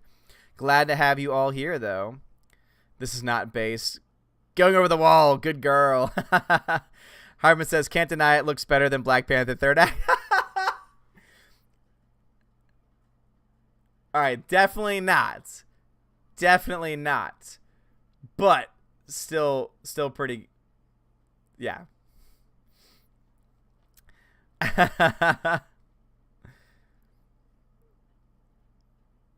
Fire Gang a representation of bullies? I think that could be right, Steph.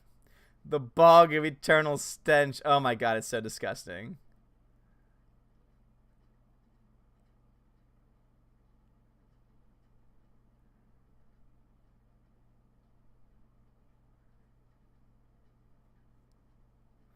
Oh my god, that thing is cringeworthy.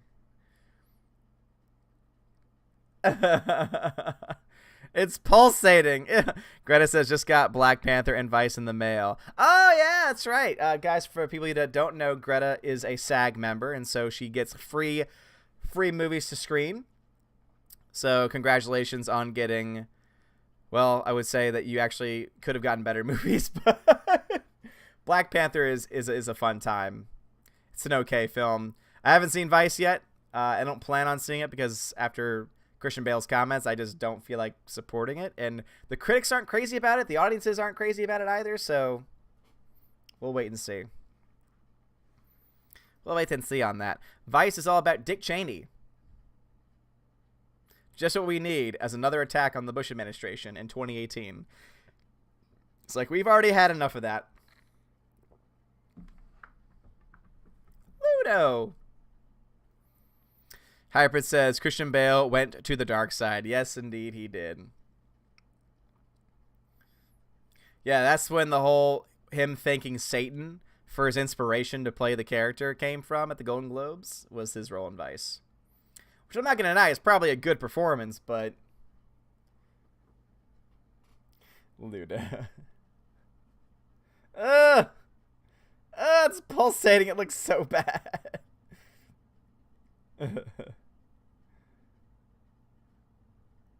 Oh, I love this character. And there's a dog in it. And it's so cute. It's so cute. Pull my finger. Ludo's feet are huge. Yes. Stop, I say. His accent is pretty good. A bad case of the poop, says Steph. G-Monkey says, Black Panther is good, but it's the same Marvel cookie cutter movie. It doesn't deserve an Oscar. Absolutely not, yeah. It's nothing revolutionary other than the fact that it's diverse. And being diverse is not what makes a good movie. Like, anyone that says so is, to be honest, more racist than anyone else. Hyperman says, that's like saying Satan inspired me to love this channel. Good lord, I can't take that seriously.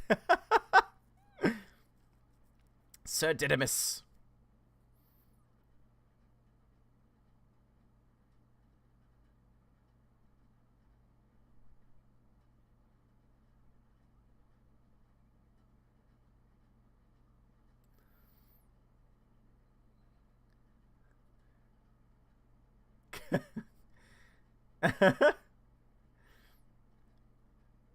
I can conquer this mountain.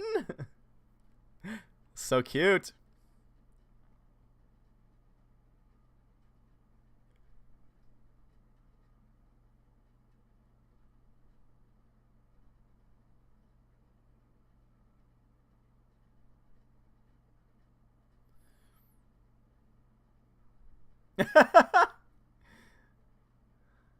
The giant tree branch. Hyman says, let us conquer and share blood and the brothers.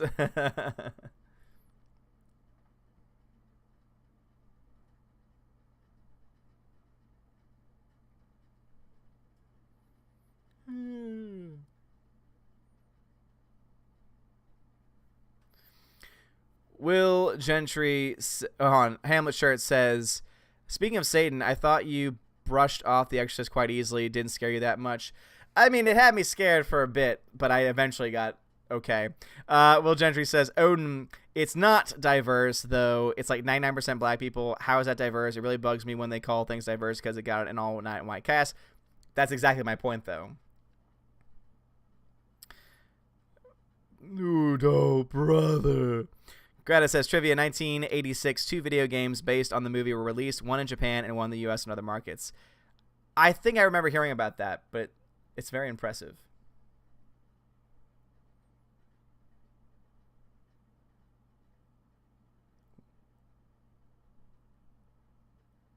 With my life, brud. Someone should pass this without my permission.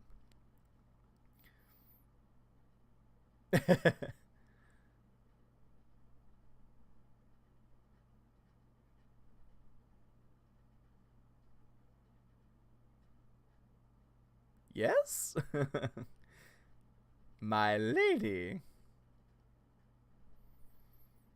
Oh, those flats.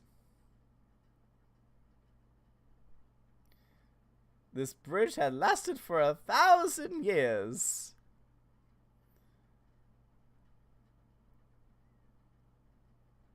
Uh-oh. It seemed solid enough. Alright, but random news. Did you hear Stellan Skarsgård joined Dune to play the villain? Pretty unexpected. I did hear that. Haven't made up my mind about that yet. Ludo, friend of the rocks.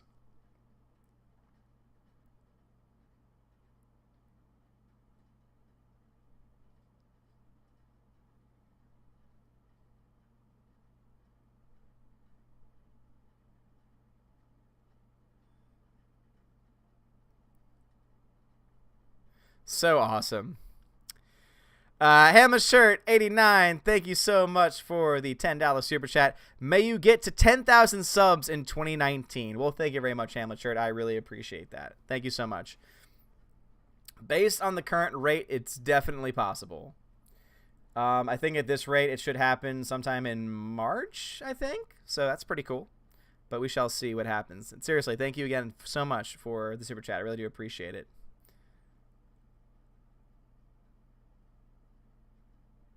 God, the bog of eternal stench.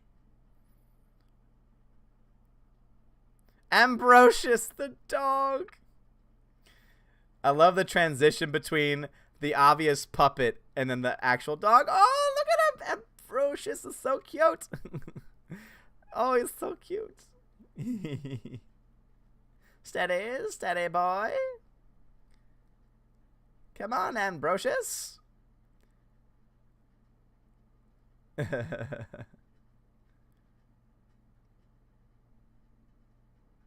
Excuse us, thank you. Cute doggy.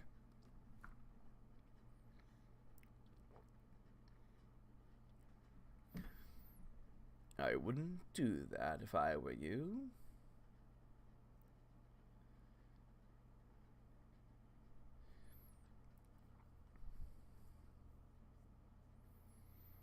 Sir Didymus is so over the top. I know, but I love him so much. And Ambrosius, his little dog.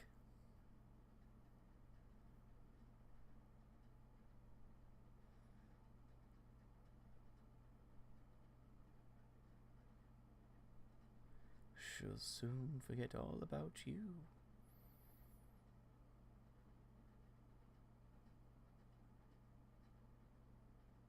She'll forget everything. CFD says the bog of eternal stench when Ryan Johnson gets his where Ryan Johnson gets his inspiration. Nice. Hamlet Shirt, you have a good night. Thank you so much for stopping by. Have a good one, man. Thank you so much again for the super chat. It really does mean a lot. Thank you.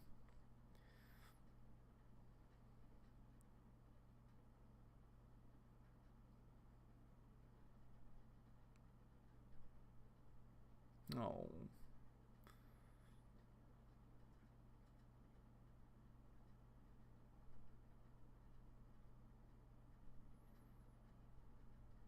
This tastes strange.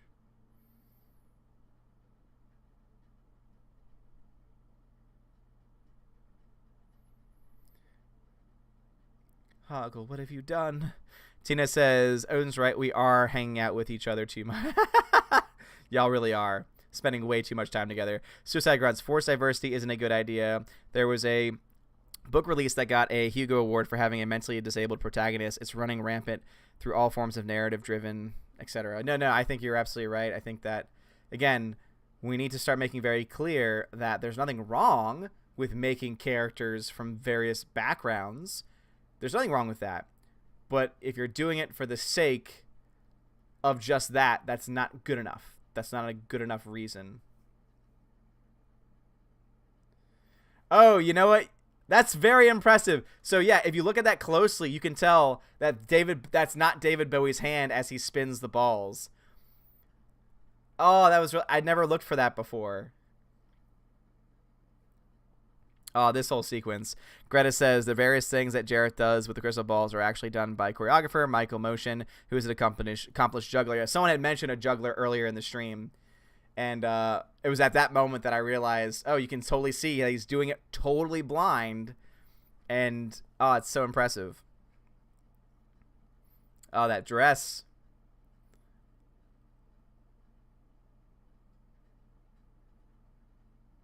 Whoa, Ambrosius, whoa.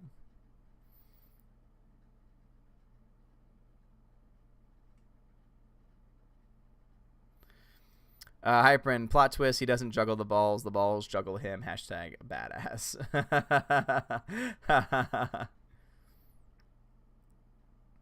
See, even that effect still holds up to me. There's only that one scene that doesn't.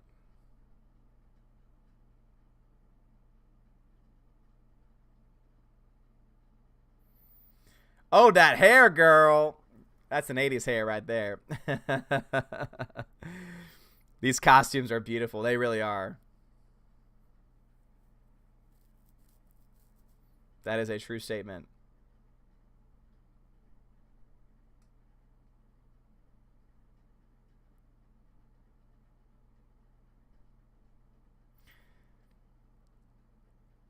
That lipstick.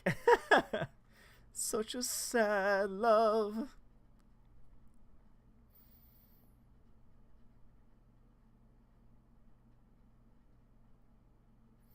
Within your eyes.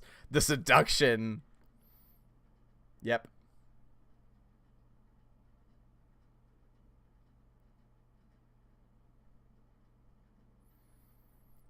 Within your heart, a place the moon.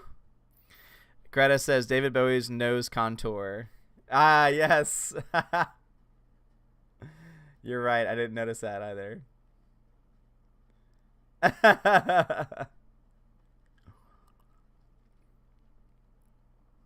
Yeah, Steph. Someone said that she's 14 in this movie, which is very, very, very, very awkward.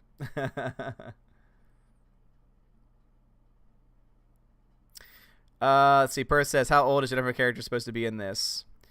I think she is 14. I don't know how old she's supposed to be.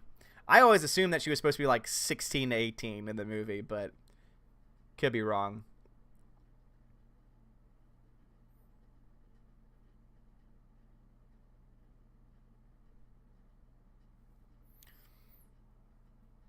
Yeah, David Bowie. Yeah, I always thought between 16 and 18. That's why I was like, it's definitely awkward, but it's not, you know.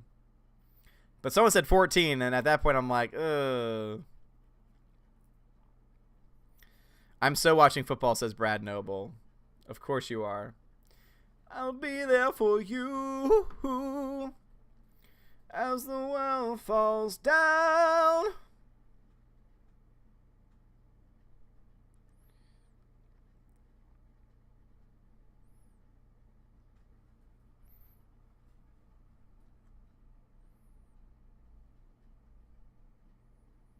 Well, the Rams are destroying the Cowboys right now, so sorry, Steph. Greta says she was born in 1970, and they probably shot this around 1984, 1985. So she would have been 15. See, even that effect with her against the glass of the... See, with that effect they just did, because they use enough practical effects, that one actually still works really well. Very soft landing. Yeah, that is interesting that she's actually 15. This is where hoarders go to to exist. Yes, a 15. Another happy landing.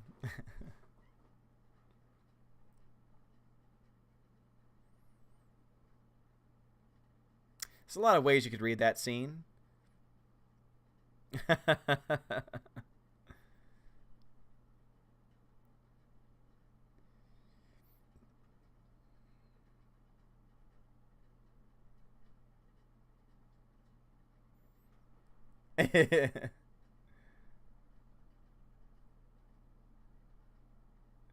I love this woman character in the movie too. Where were you going? Hmm? Yeah, the junk lady. I love the junk lady.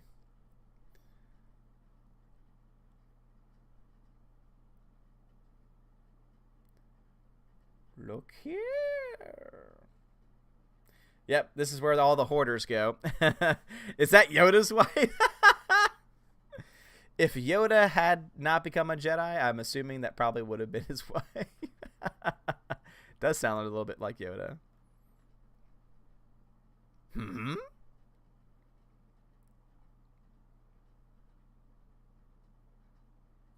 Hmm?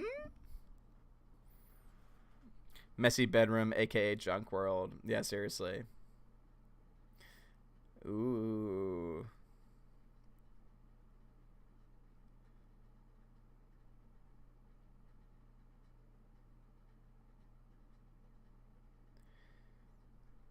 I love the implications of this scene.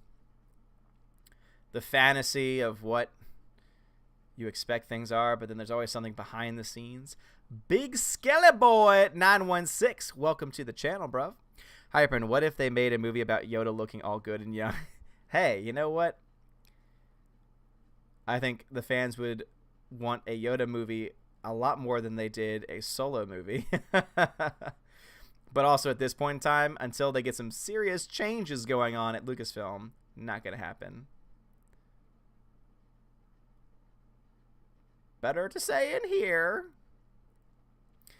I love how it's like the facade of the room. Up the hoarders. Up the hoarders. There it is. You gotta start putting everything on your back.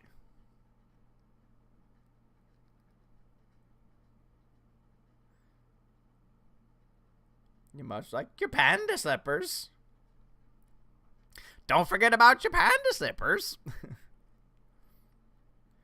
You love little horsey, don't you, dear?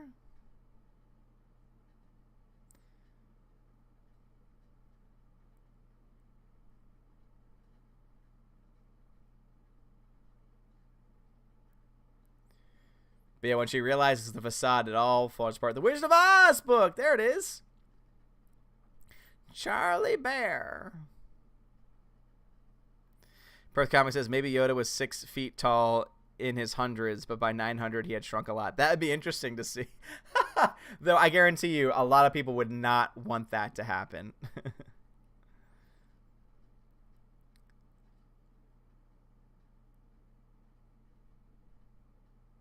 Oop, the Labyrinth book.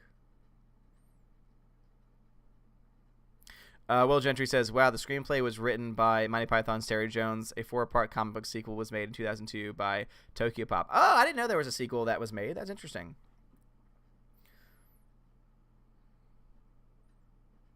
This is not junk, huh? Yes. The facade falls away.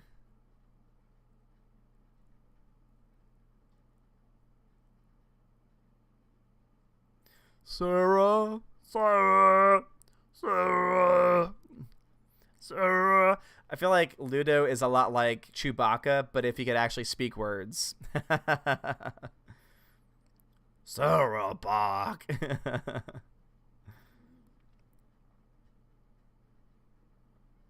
Hyper says Yoda should have been a ghost, Force ghost here in Labyrinth, not wasted in Last Jedi. That would be cool.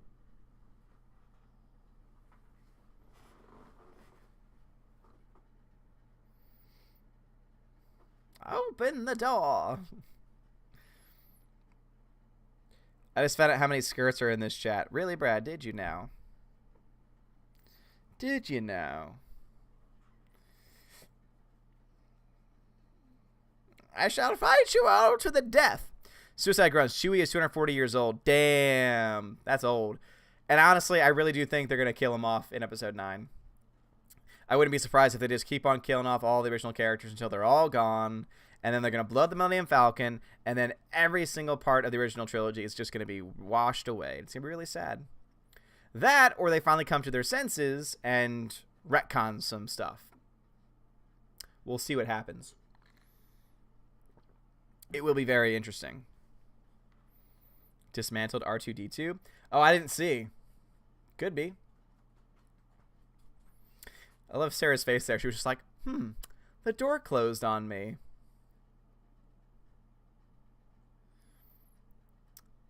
Oh, yeah, this thing. Very, very impressive.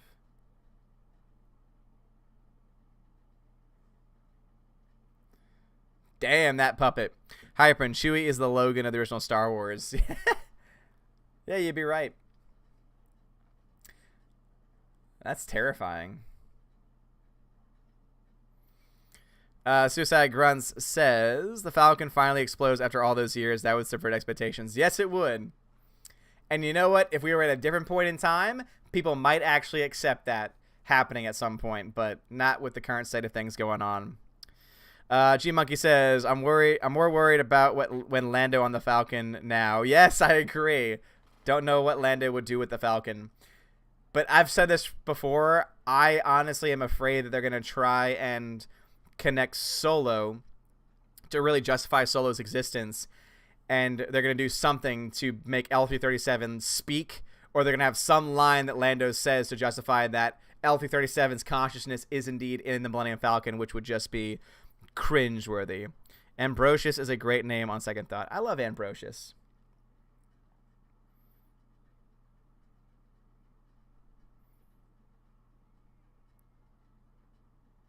Hoggle.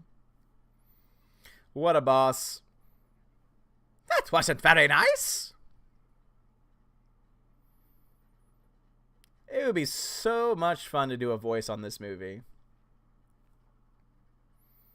27 Rams at the half, Fudge. I know, Steph. That's what I saw, too. So sorry to hear that. But the Rams are one of the teams to beat. And because the Chiefs won in such definitive fashion, I am still very much predicting a Chiefs-Rams Super Bowl. Because I think that that's what won the NFL once. And people might not want to admit it, but the NFL is definitely rigged in a lot of ways. So one is what they would want. And two, if they are able to repeat their performance as they did last time they played, it could be a fun Super Bowl. And it would be fun to have a back and forth, high scoring game, personally, I think. Not that I would really watch it, but might get me to. Tina says, Odin crashes on my Chromebook all the time. I'm watching the stream on my iPod. Sounds like there's something going on with your Chromebook. It's interesting that the Google-owned Chromebook can't use YouTube. 70B says, lie to me, please. I'm sorry. Steph says, it is rigged. My dad thinks it is. No, I think it is too. No, and that's not even a lie. I honestly do think it's rigged. There are certain things that happen where you're just like, this is too good to be true for this, you know. Definitely think there's some legitimacy to it. But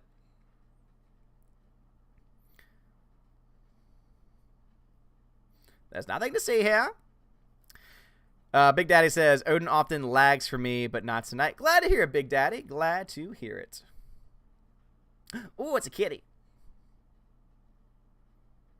Oh, it's a kitty cat. Got some birds, some small creatures. Hypern says, Lord of the Labyrinth, Return of the Goblin King in 2020. Tina, your stream and one other are the only ones that crash on my Chromebook. It's probably some kind of evil Google magic. Probably.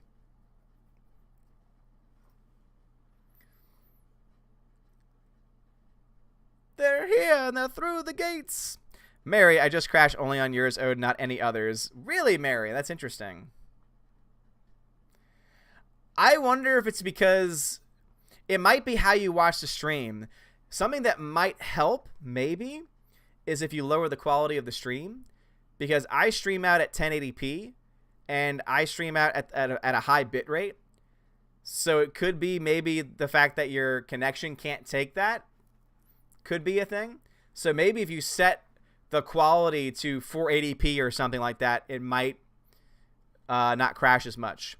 In fact, Tina, try that. Try changing the quality of the stream to like 480p or something. Yeah, try it at 480p. That might actually fix the problem. If it's a refresh thing, you might have to do that. You were at 360. Okay. Well, it was worth trying. Brad Noble says, I have trouble with Odin now and Mecha. Sorry to hear that, Brad. Yeah, if Google can't handle it, then...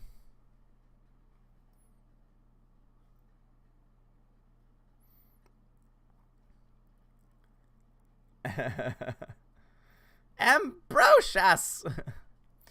Brad, get that nonsense out of here. If one of the Valkyrie put you in timeout, I would not.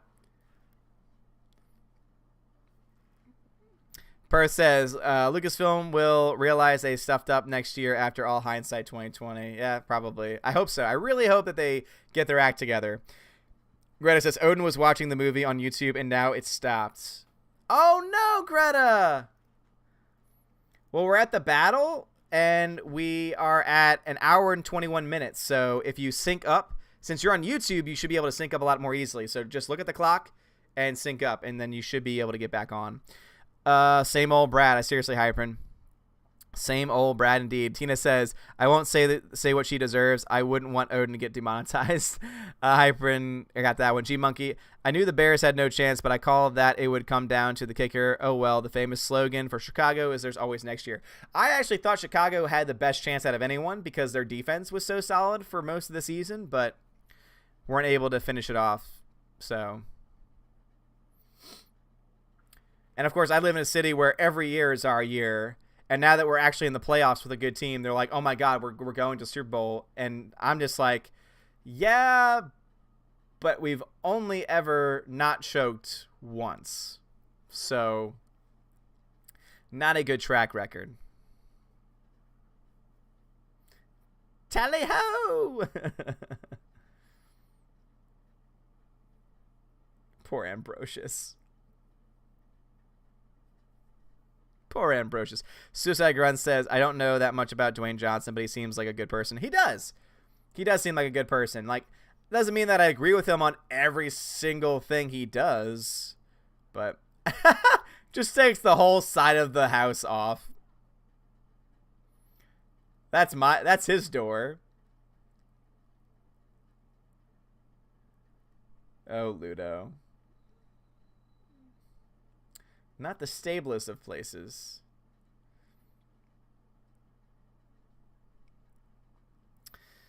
But yeah, Dwayne Johnson does seem like a genuine person. And you don't have to like him. I personally do. Dion says, YouTube says to content creators to stream bitrate at 6,000 tops, they say. Does it, Dion? Maybe that's the problem then, because I'm streaming at 10,000. So maybe I need to stream, maybe the bitrate stream needs to be lower, and then that'll fix the problem. Hypern, who made up the name Ambrosia? Sounds really good, honestly. Well, it sounds like a variation of Ambrose, so... Greta says, Gur, it won't load. I'm sorry to hear that, Greta.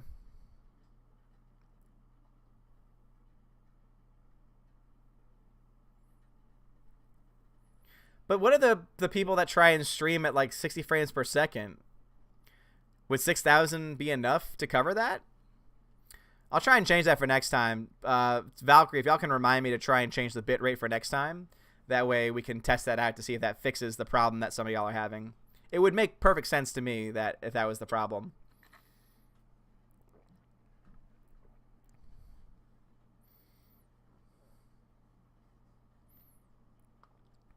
Sounds good, Steph. Thank you very much. Appreciate it. The rocks.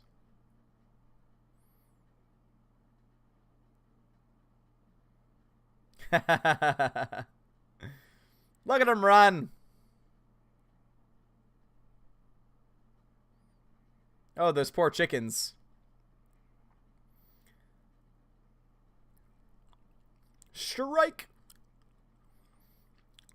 I take it back. Run for your life.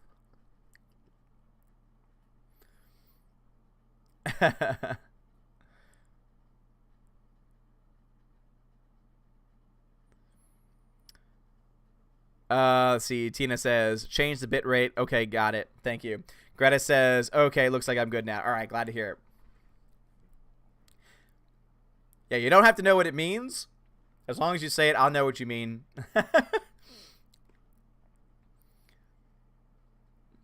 That dude.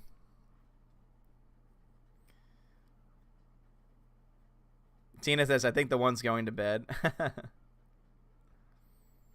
Nice.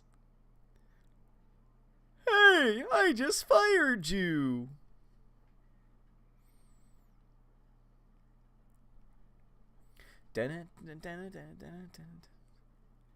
Good music. No, we have you. Hyperman, I am very fearful of this generation. I really hope snowflakes and NPCs don't ruin this era further on. You know that they will. I mean, it's kind of in their nature. Look at that rock.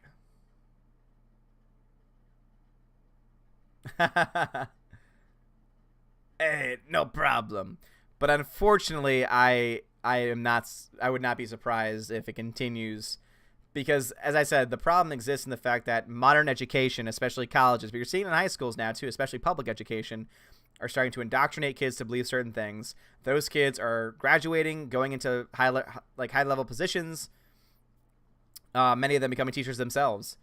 So it's kind of this self-perpetuating issue that needs to be addressed. But how do you stop it unless we are the ones that try and take over education and things like that? Ludo is thick. He is definitely part of Thick Fam. Hypern says, a great reason why I'm not going to college. Well, I mean, that's also the thing right there. College is not meant for everybody. There are certain people that...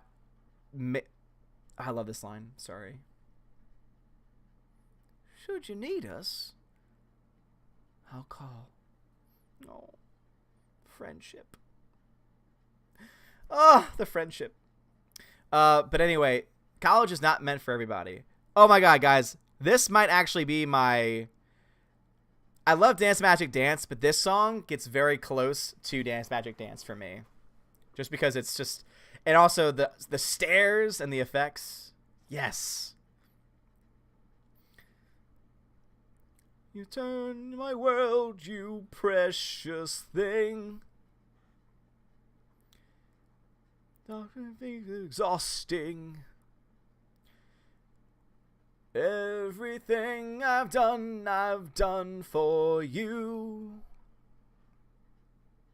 This. Move the stars for no one. Oh, it's such a cool effect. I love it every time. You've run so long, you've run so far. This, when he gets pulled back up. So cool.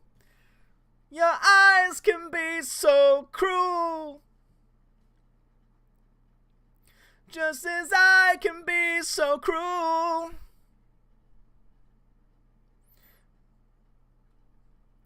Though I do believe in you.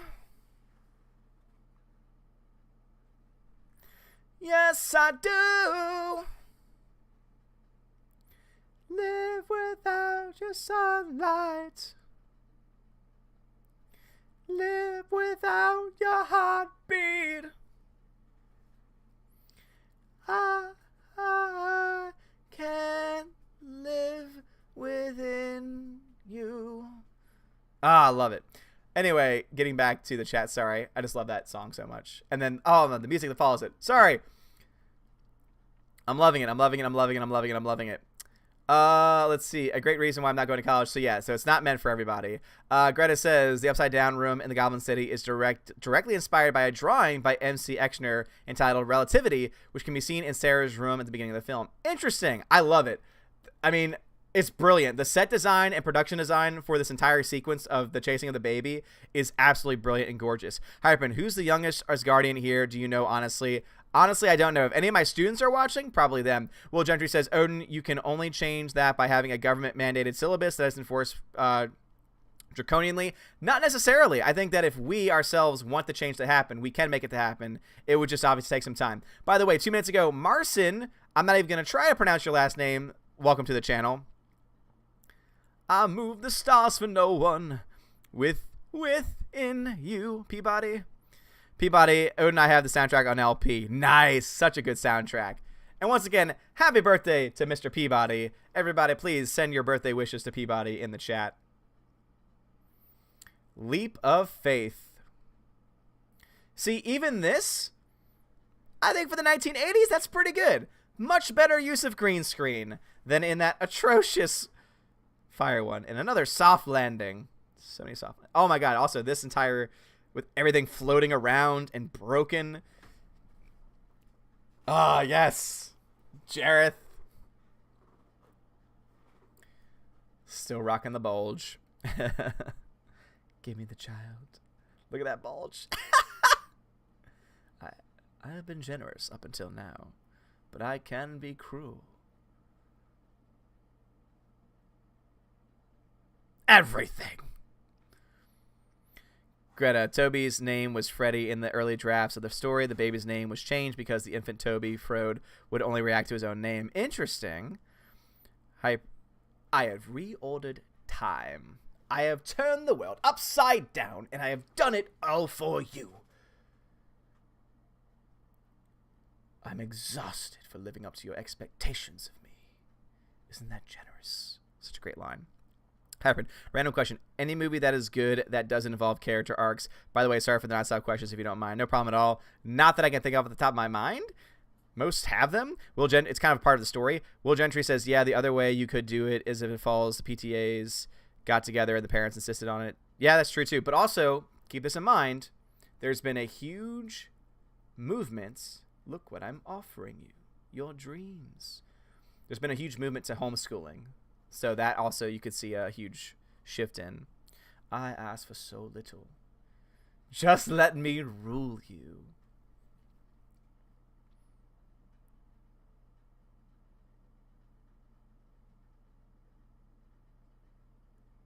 This scene is always so good.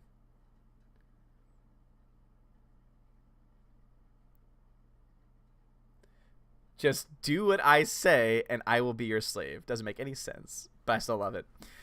Peabody says, thank you again. Where else would be than my friends for my birthday? Sounds good, Peabody. Have no power over me. You have no power over me. Also, this transition with the falling, with the... Yes, with the clothes... The transition back into the owl is fantastic. Lord of the Buffer. Sorry, man. Birth Comics, Mad Max Fury Road doesn't have a character arc for Max. It does. It's just not the best one. It's not a very good character arc, but it is a character arc nonetheless. He goes from not wanting to help the girls to wanting to help them because he starts to understand them. So that is a character arc, just not a very good one. Yeah, the CGI on the owl, still not the best, but a little bit better. Oh, so good. Oh my god, I love this movie. And plus, the scene that will make me maybe tear up, depends on my mood, is the very end scene. Because it's childhood. To me, it's childhood. Will Gentry says, Odin, yeah, I presume it's a huge movement to homeschooling because parents don't want their kids indoctrinated. That is very true. Greta says, the original script ended with Sarah punching and kicking Jareth, then watching him shrink down until he becomes a small sniveling goblin. Oh! I'm kind of glad it didn't end that way because I think this one's a little bit more magical. And I think it just fits the mood of the film much better. But still would have been cool. Hyperd says, Back to the Future character arcs? Back to the Future has character arcs? What are you talking about? Of course it has character arcs. Again, it's impossible to have a story without character arcs. Even The Room has character arcs. It's very hard to have it otherwise. Like basically, unless it's like an avant-garde film that doesn't have characters, I can't think of anything that would not actually have any character arcs whatsoever. Perth Comment says Mad Max never wants to help, but helps. That's who he is. So no new arc, in my opinion. It's still an arc, though. Like again, it's a character that does one thing that changes to another. Ah, this scene right here. Oh, don't take down the Bowie picture. As my dog knocks over the trash can. I'll have to take care of it later. I can't reach. Steph says, being a child of divorce, when a child is introduced, it's hard, but now have to share your parent. Yeah. Oh, Katz is represented there. Goodbye, Sarah. Should you need us?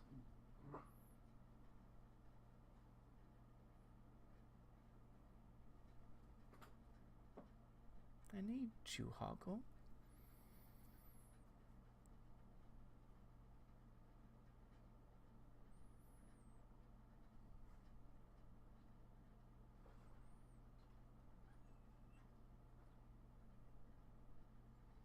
Sorry, guys.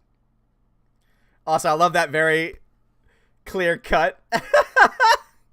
I love it. And it's so true. At every moment in your life, for no reason at all, I need you. And it's so true. Like, we need our imagination for sometimes no reason at all other than just to have an imagination. I love it. It gets me every time. I say, does anyone here want to play a game of Scrabble? Oh, Goblin King isn't invited to the party. Bum, bum, bum, bum. Bum, bum, bum, bum. Bum, bum, bum, bum. That's why I love this movie. It's got, you remind me of the babe with the power. Power of voodoo. You do. Remind me of the babe. Dum, bum, dun, dun, dun.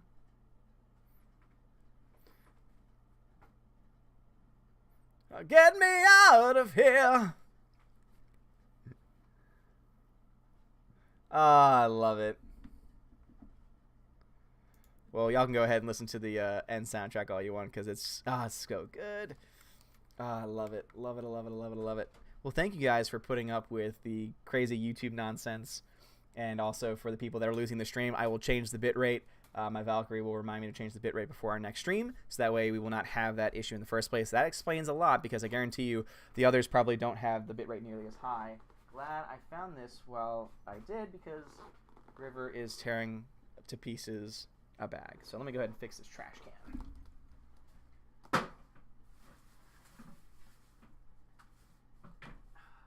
You're a menace. Don't worry, I'm not going to wish the goblins take you away, because I love you. Greta says, last trivia of the night, final feature film directed by Jim Henson. No! Oh, that makes me really sad. Oh, no. Rest in peace, Jim Henson. Rest in peace, of course, David Bowie. Will Gentry says, Marty learns not to always react when people call him chicken. He doesn't crash into the Rolls Royce at the end. Yes, indeed. Yes, indeed. No, it was River that was causing all that nonsense. But yes, Willow is always so adorable in the background because, you know, she's just amazing. So, and it's so funny because I've had so many people leave comments on my videos saying, I love your dogs. I watch your video for your dogs. It really is such a great movie. But anyway, let's see. Is this the... No, let's... Can I get the... Yes, I can.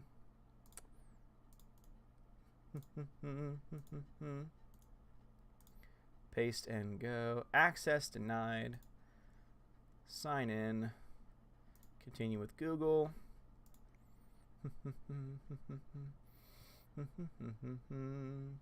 Let's see. We got 30 responses so far.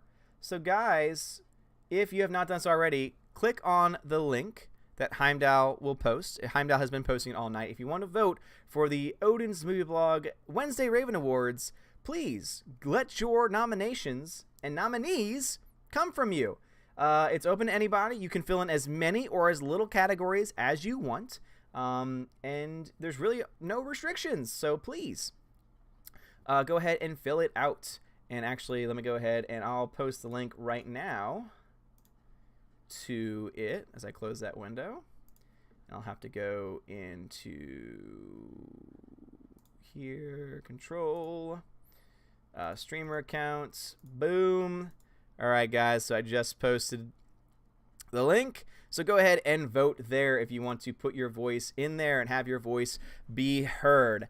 Let's see. Hybrid says, throw her a chicken shell. Throw her a chicken. She'll love it. She would love a chicken. You're right about that. She's put her head down, so I think she's thinking about what she said.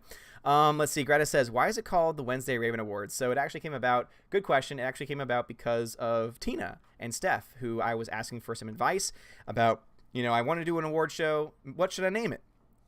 And I think it was Tina who had recommended the Wednesdays, because Wednesday is actually a derivative, or comes from Woden's Day, which is a derivative of Odin. So Woden is a Germanic representation of the god Odin, and so therefore that's actually where we get Wednesday from. Same reason why Thursday actually comes from Thor's Day, and that's the reason why they're right next to each other as well, and why Wednesday comes first. Interesting.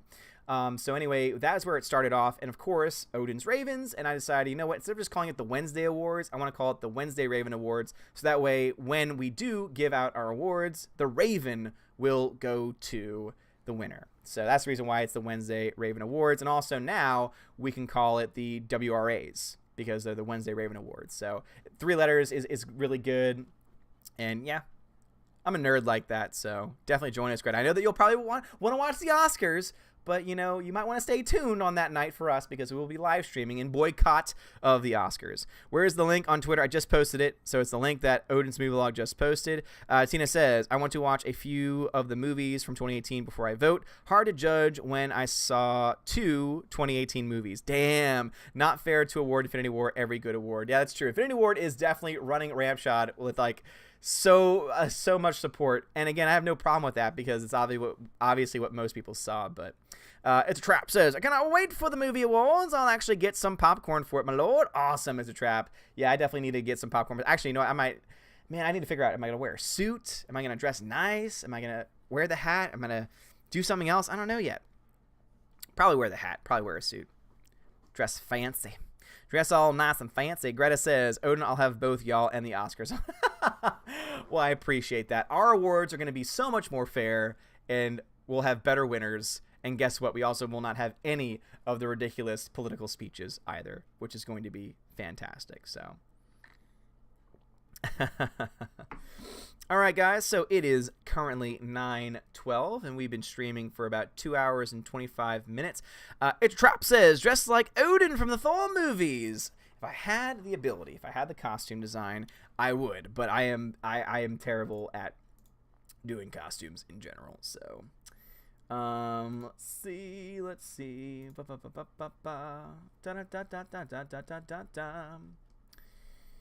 So yeah, YouTube, you were no help. Have your subscribers send screenshots. No, just fix the problem. How about that? How about you just fix the problem? Please. Okay. Please. Spray your beard white. I could do that. You're right.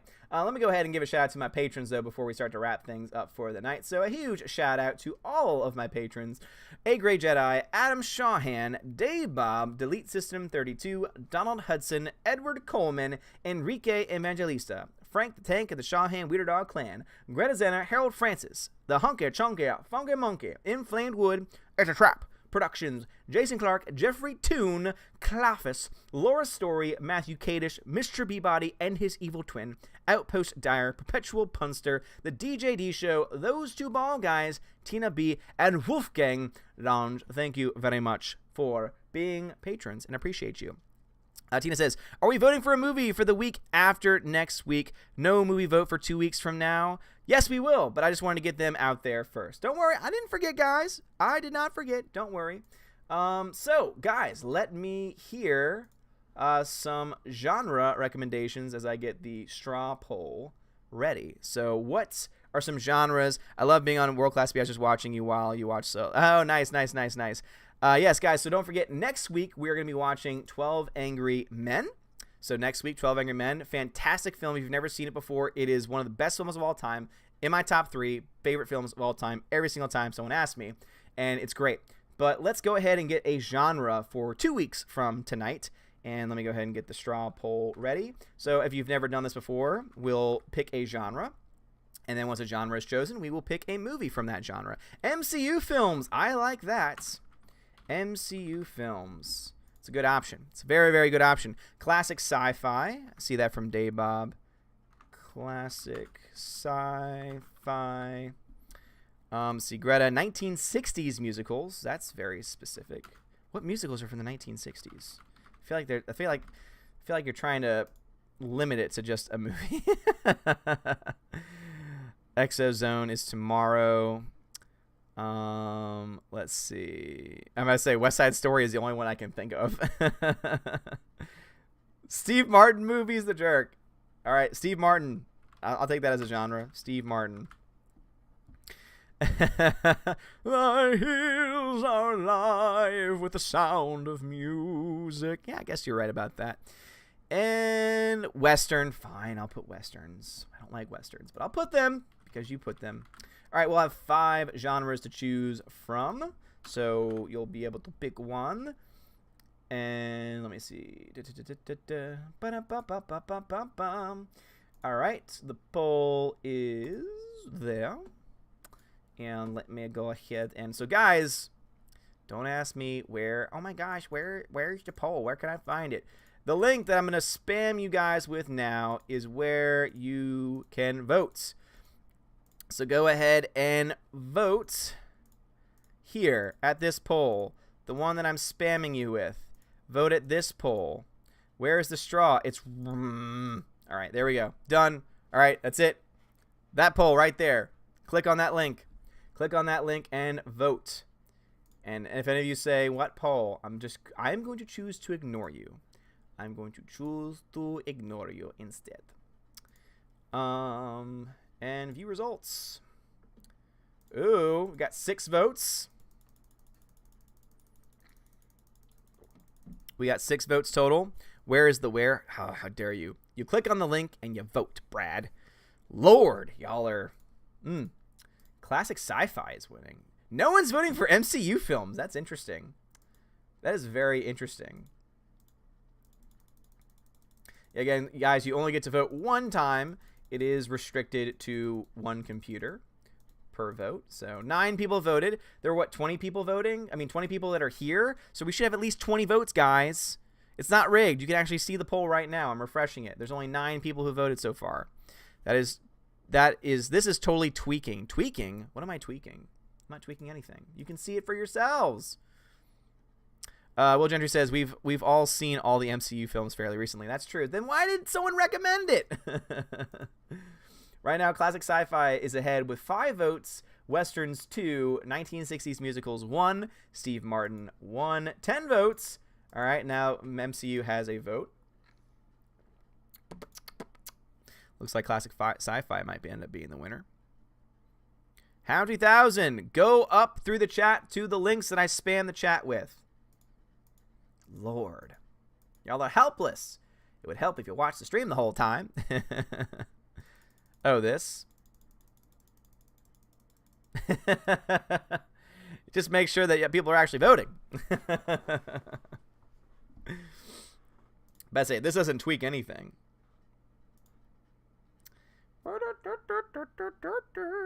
Straw is itchy. I voted for classic sci-fi, my lord. Very cool. Very cool.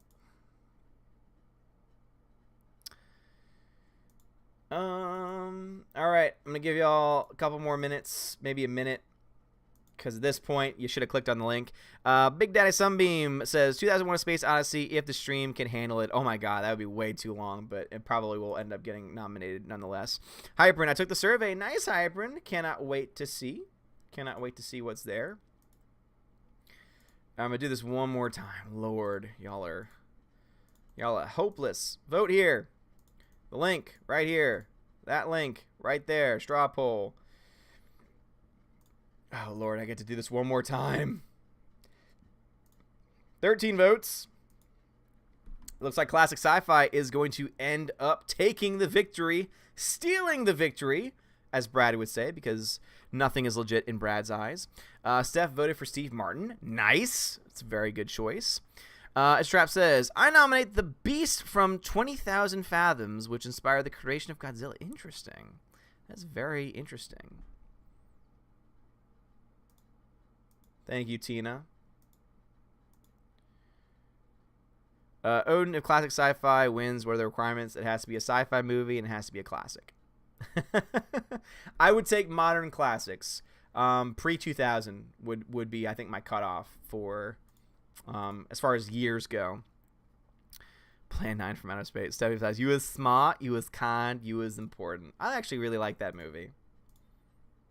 In fact, one of the first podcast episodes I ever did, and it's not available anywhere. I mean, it's available in certain... I forgot where I posted it, but I did a podcast episode review of The Help.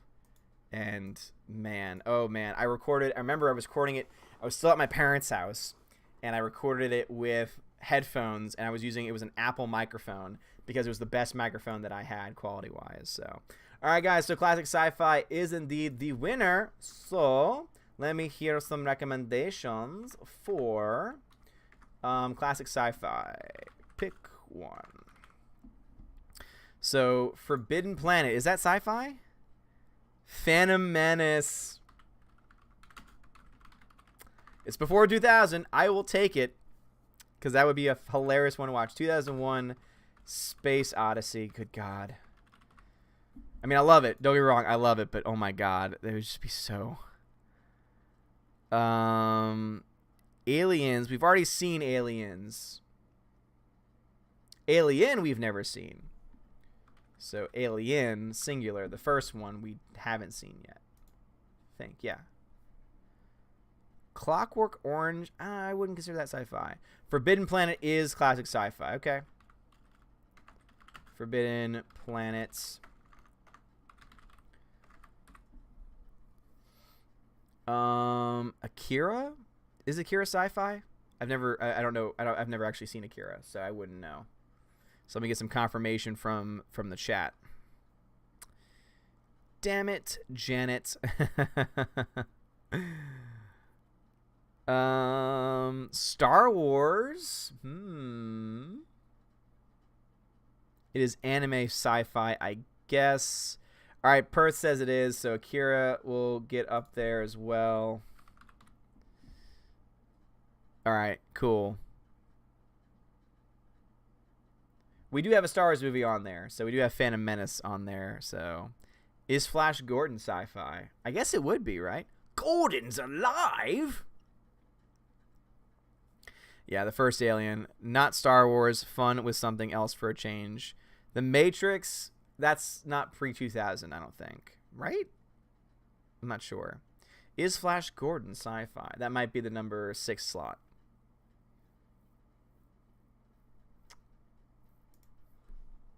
All right, Flash Gordon will be on there. It was 99. All right, well, I mean, keep in mind, like, oh, yeah, there's 24 people watching, and only 10 of you vote, so we're only going to have 6 slots. So don't worry if your film did not get chosen. It will happen in the future, so only 1 vote. All right. So let me go ahead and spam you all once again. So here is the poll, guys. Let your voice be heard. Again, you can only choose one, so choose very, very carefully. Okay, I'm only going to do this one time. And if you ask, where's the link? Where's the link? I'm spamming it right now. Where was the link? Go up to where I spammed the link. And now my Valkyrie have it, so now they can help me out.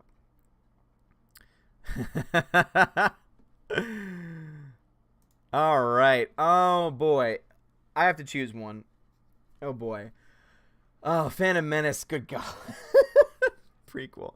2001 Space Odyssey is probably the best one on this list. I've never seen Flash Gordon. I've never seen Akira. I've never seen Forbidden Planet. And Alien is a good movie. I'm going to go Flash.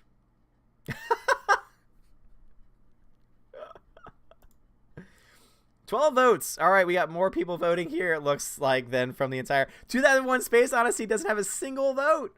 Oh, my God. I kind of hope Phantom Menace wins, though, to be honest, because it'd be hilarious to see Phantom Menace beat Alien, Flash Gordon, Forbidden Planet, Akira, and 2001: A Space Odyssey. Alien is a good movie. Flash, savior of the universe.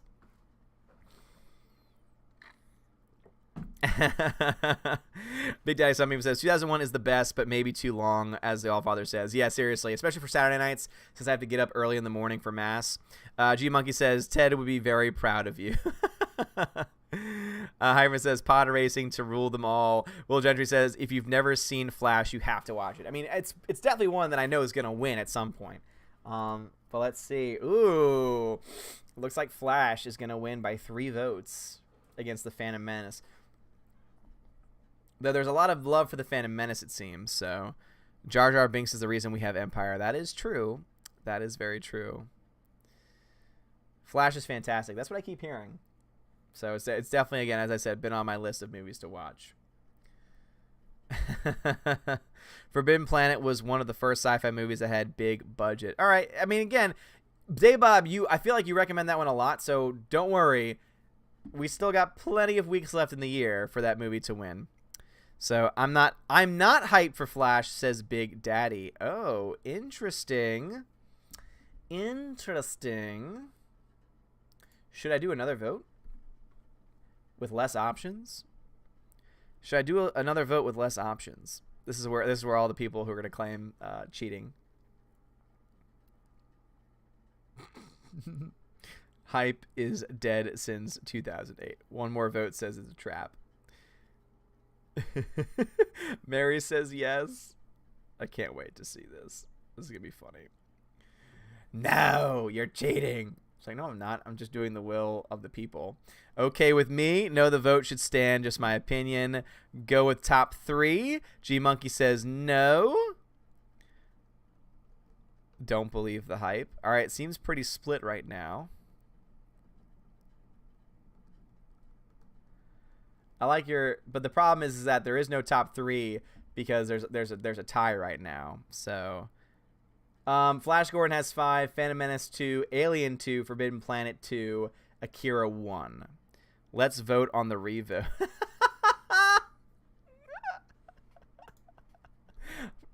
Screw it. Let's do. But someone who's be like, who keeps making these random polls? All right, guys, so there's going to be a vote on the revote.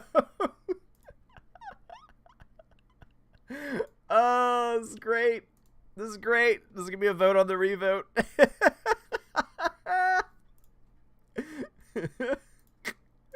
All right, guys, make your voice heard. Should there be a revote? Yes or no? It's Florida all over again.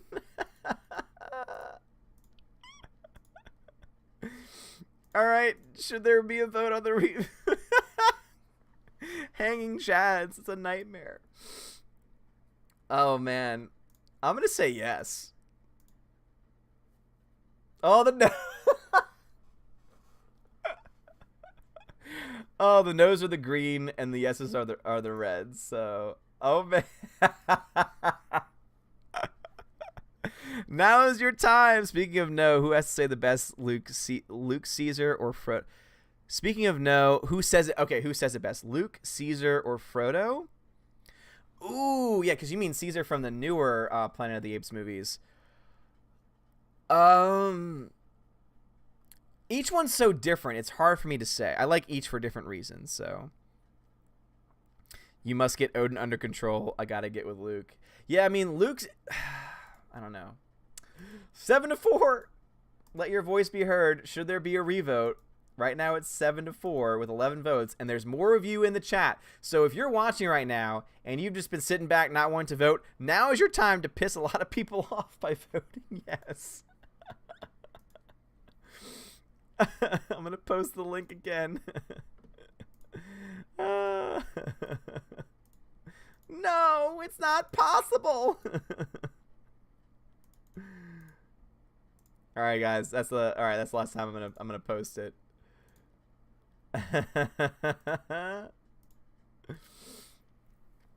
Oh, this is great. Don't say a thing if you don't vote. Yeah, seriously. You have no place to speak if you don't vote on the revote. No, it's not possible. Only 11 votes in. Y'all are so weird with this. It doesn't make any sense. This is democracy in action. You're right. This just doesn't make any sense to me. Why so many of y'all are here and yet y'all don't vote? Let's see. How many people are according to... So Heimdall tells me there's 21 people here, but only 11 of you voted. What is stopping you from voting, guys? Like, seriously. And my guilt tripping is not working because it's still only 11 votes. I don't get it. Seriously, guys, vote. There's 20 of you here. Already voted, brother. They do not know the way. They do not know the way. This is true. 13 votes. 8-5.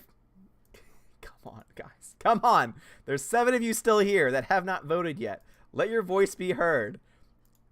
This is just too funny for me. Yep, I got the Shindig shirt on. So, Chuck Wendig, it says, if you have not been blocked by Chuck Wendig on Twitter, you're doing something wrong. Because it's true. Do a straw poll. No the way or not no the way. Actually, I should do a poll. Should there be a revote on the revote? Oh, man. Seriously, guys. There's 20 of you in here. And there's only 13 votes. What is your problem? Let your voice be heard. Let the chaos reign. I live in a blue state. I have no chance. In this one, you do, okay? There's only 20 people voting. You have more than a chance. It's like, are you sure? Are you really sure? I do not want this to go to the Supreme Court for a final decision. Well, you're on the Supreme Court of Asgard, Tina, so... Owen of Asgardov say, you shall not vote! Also, guys, just as you're considering your vote, because you should vote, just look right here. Right here on the screen. This little cutie right here wants you to vote. She's dreaming of you voting. Okay? She's dreaming of you voting. We can't do the Supreme Court because the vote is not that close. What if it's a tie? Tie then goes to tie would then go to the yeses. Because I would be the tie break as in the Senate. Yeah, you're on the Supreme Court of here. I know, seriously, who could resist that cute little adorable puppy face? In fact, oh wait. No, wait, that's not it. Hold on, guys. I think there's a way for me. Hold on, this could be really good. This could be really good. Where is my is this the one? No, that's different. Window capture video. Is there a way for me?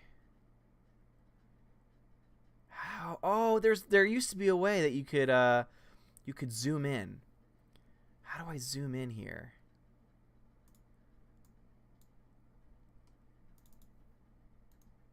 Can I zoom in? Transform. Group. Filters. There's a face mask plugin. Noise gate, compressor, sharpen. There's a sharpen one. Crop. Done.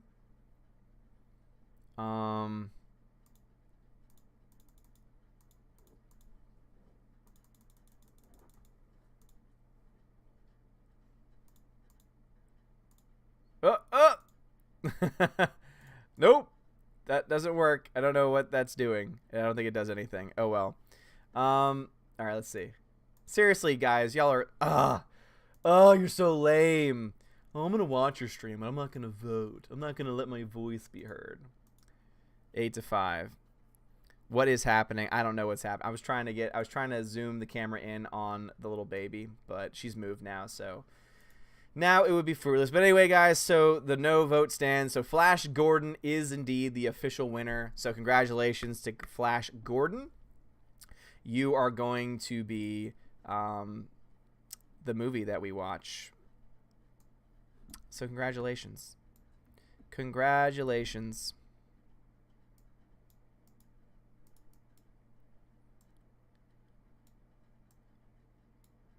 What? Oh my goodness. My thing is freaking out. Hold on. Hybrid says, you should have put the best comedy for the survey. I would have put Green Book. Green Book is actually a really great comedy, right? Greta says, Star Wars channel never wants to watch Star Wars. I know, it's interesting, right? Like, the people who sub to the channel tend to be usually people that vote for Star Wars content, and yet whenever Star Wars is on the table, they like never vote for it. It's always very interesting. So yes, indeed, Flash Gordon is the winner. MCOC Josh, what is going on, bro? Flash, Masters of the Universe. Also, guys, again, please, you have not voted in the survey, please do. We've gone up 2 surveys at this point, and to no surprise, Infinity War is definitely up there, and it's great. But there's also some new ones up here. Cool. So yeah, this is gonna be up for another like couple weeks, guys, because obviously the Oscars don't come out till towards the end of February, so we still got some time left. But yeah, let your voice be heard in that survey. Also, as Heimdall posted, buy a shirt, guys. Talk to Greta has a shirt. Talk to also Steph. She has a shirt as well. And Peabody, whose birthday it is today. Wish him first a happy birthday, but then also ask him about his shirt because he loves it and he wants more people to get one. So go ahead and go to the Teespring. It ships all over the world, and it is reasonably priced, I would say. I try to get it as cheap as I possibly could while also being able to support the channel. So they're $13 for a basic shirt, $16 for a premium shirt, and the premium shirt is really soft. It's really nice, and also it's long, which I personally like because I like long t-shirts. So this one is actually a long shirt, and I love it. Greta says, gotta get going. Have a good night, everyone. I've got to get going as well. So, guys, thank you all so much for watching. You've been amazing and beautiful people. Seriously, thank you again. Thank you again to the patrons who I've shouted out a couple times on this stream. And, guys, please join us. So next week, next Saturday, we're doing 12 Angry Men. Yes, that's right, 12 Angry Men. Yeah, that's right. Don't get salty with me. All right? It's men, and it's going to stay men. If you try and change it, too bad. It's 12 Angry Men. So we're going to start with that next week. And then in 2 weeks, we're going to be doing Flash Gordon, which will be a movie I've never seen before. So it's great. Hyper says, next time, let's vote for bad movies. Hey, you can recommend that as a category. And if it wins, then we'll pick bad movies. And it's going to be fantastic because it's going to be great. Yes, Steph, thank you very much. Big Daddy Sunbeam, great stream as always. See you Monday. See you Monday. Yes, indeed. So, guys, the next time I will be on officially is Monday and Tuesday. And if you don't know the stream schedule, Monday and Tuesday, and then Saturdays. And every now and then there might be a random stream that I might either partake in or I might do on the channel if there's something going on. So make sure your notifications are on. Make sure you press the bell icon so that way you can get notified every time I post a new video and also when I go live. Though, of course, if YouTube ever decides just to not fix itself, which apparently it does, then you might not get it. But hey, try it. Hybrid says, Michael Corleone, what's most important to me is that I have a guarantee no more spent on my Odin t-shirt. Mary, thank you so much for stopping by. It's been great to have you here. Hope that you've enjoyed the beard. Perth Comics says, thanks, Odin, no problem. Good night, Hyperin. Peabody, but if worldwide, get an American friend, send them money to save on postage. Yes, that's right, Peabody. Very, very true. MCOC, forgot to tell you, Odin, how much I love your logo. Well, thank you very much. And also, give a shout out to Freya, my wife. She is the one that designed the logo, and she's very, very talented. So, shout out to Freya, who is amazing. Amazing and beautiful. It's a Trap Production says, if we're doing bad movies, I'm not any Battlefield Earth. Hey, if it wins, it wins. And it sounds like everyone's on that bad movie hype train. So remember that next Saturday, guys. Remember that for next Saturday, because if you put that out there, it's going to go on as a nomination for a genre. And if it wins, then you can put any bad movie you want. And The Room will definitely be at play there at that point. JKD Buck, you have a good night as well. Go Freya. Damn right, go Freya. And I will let her know that you all appreciate the logo. But guys, thank you all so much for watching. You have really been great. It's always great to come back to this channel. We've been streaming for almost 3 hours, and it doesn't even feel like 3 hours because of how much fun y'all have made it. So thank you all so much. You're all amazing and beautiful people. Peabody, go ahead and jump on Discord, and I'm gonna wish you a happy birthday before I go to bed. But I want to make sure to talk to you to wish you a happy birthday. So the Patreon only stream, that's where I'll be.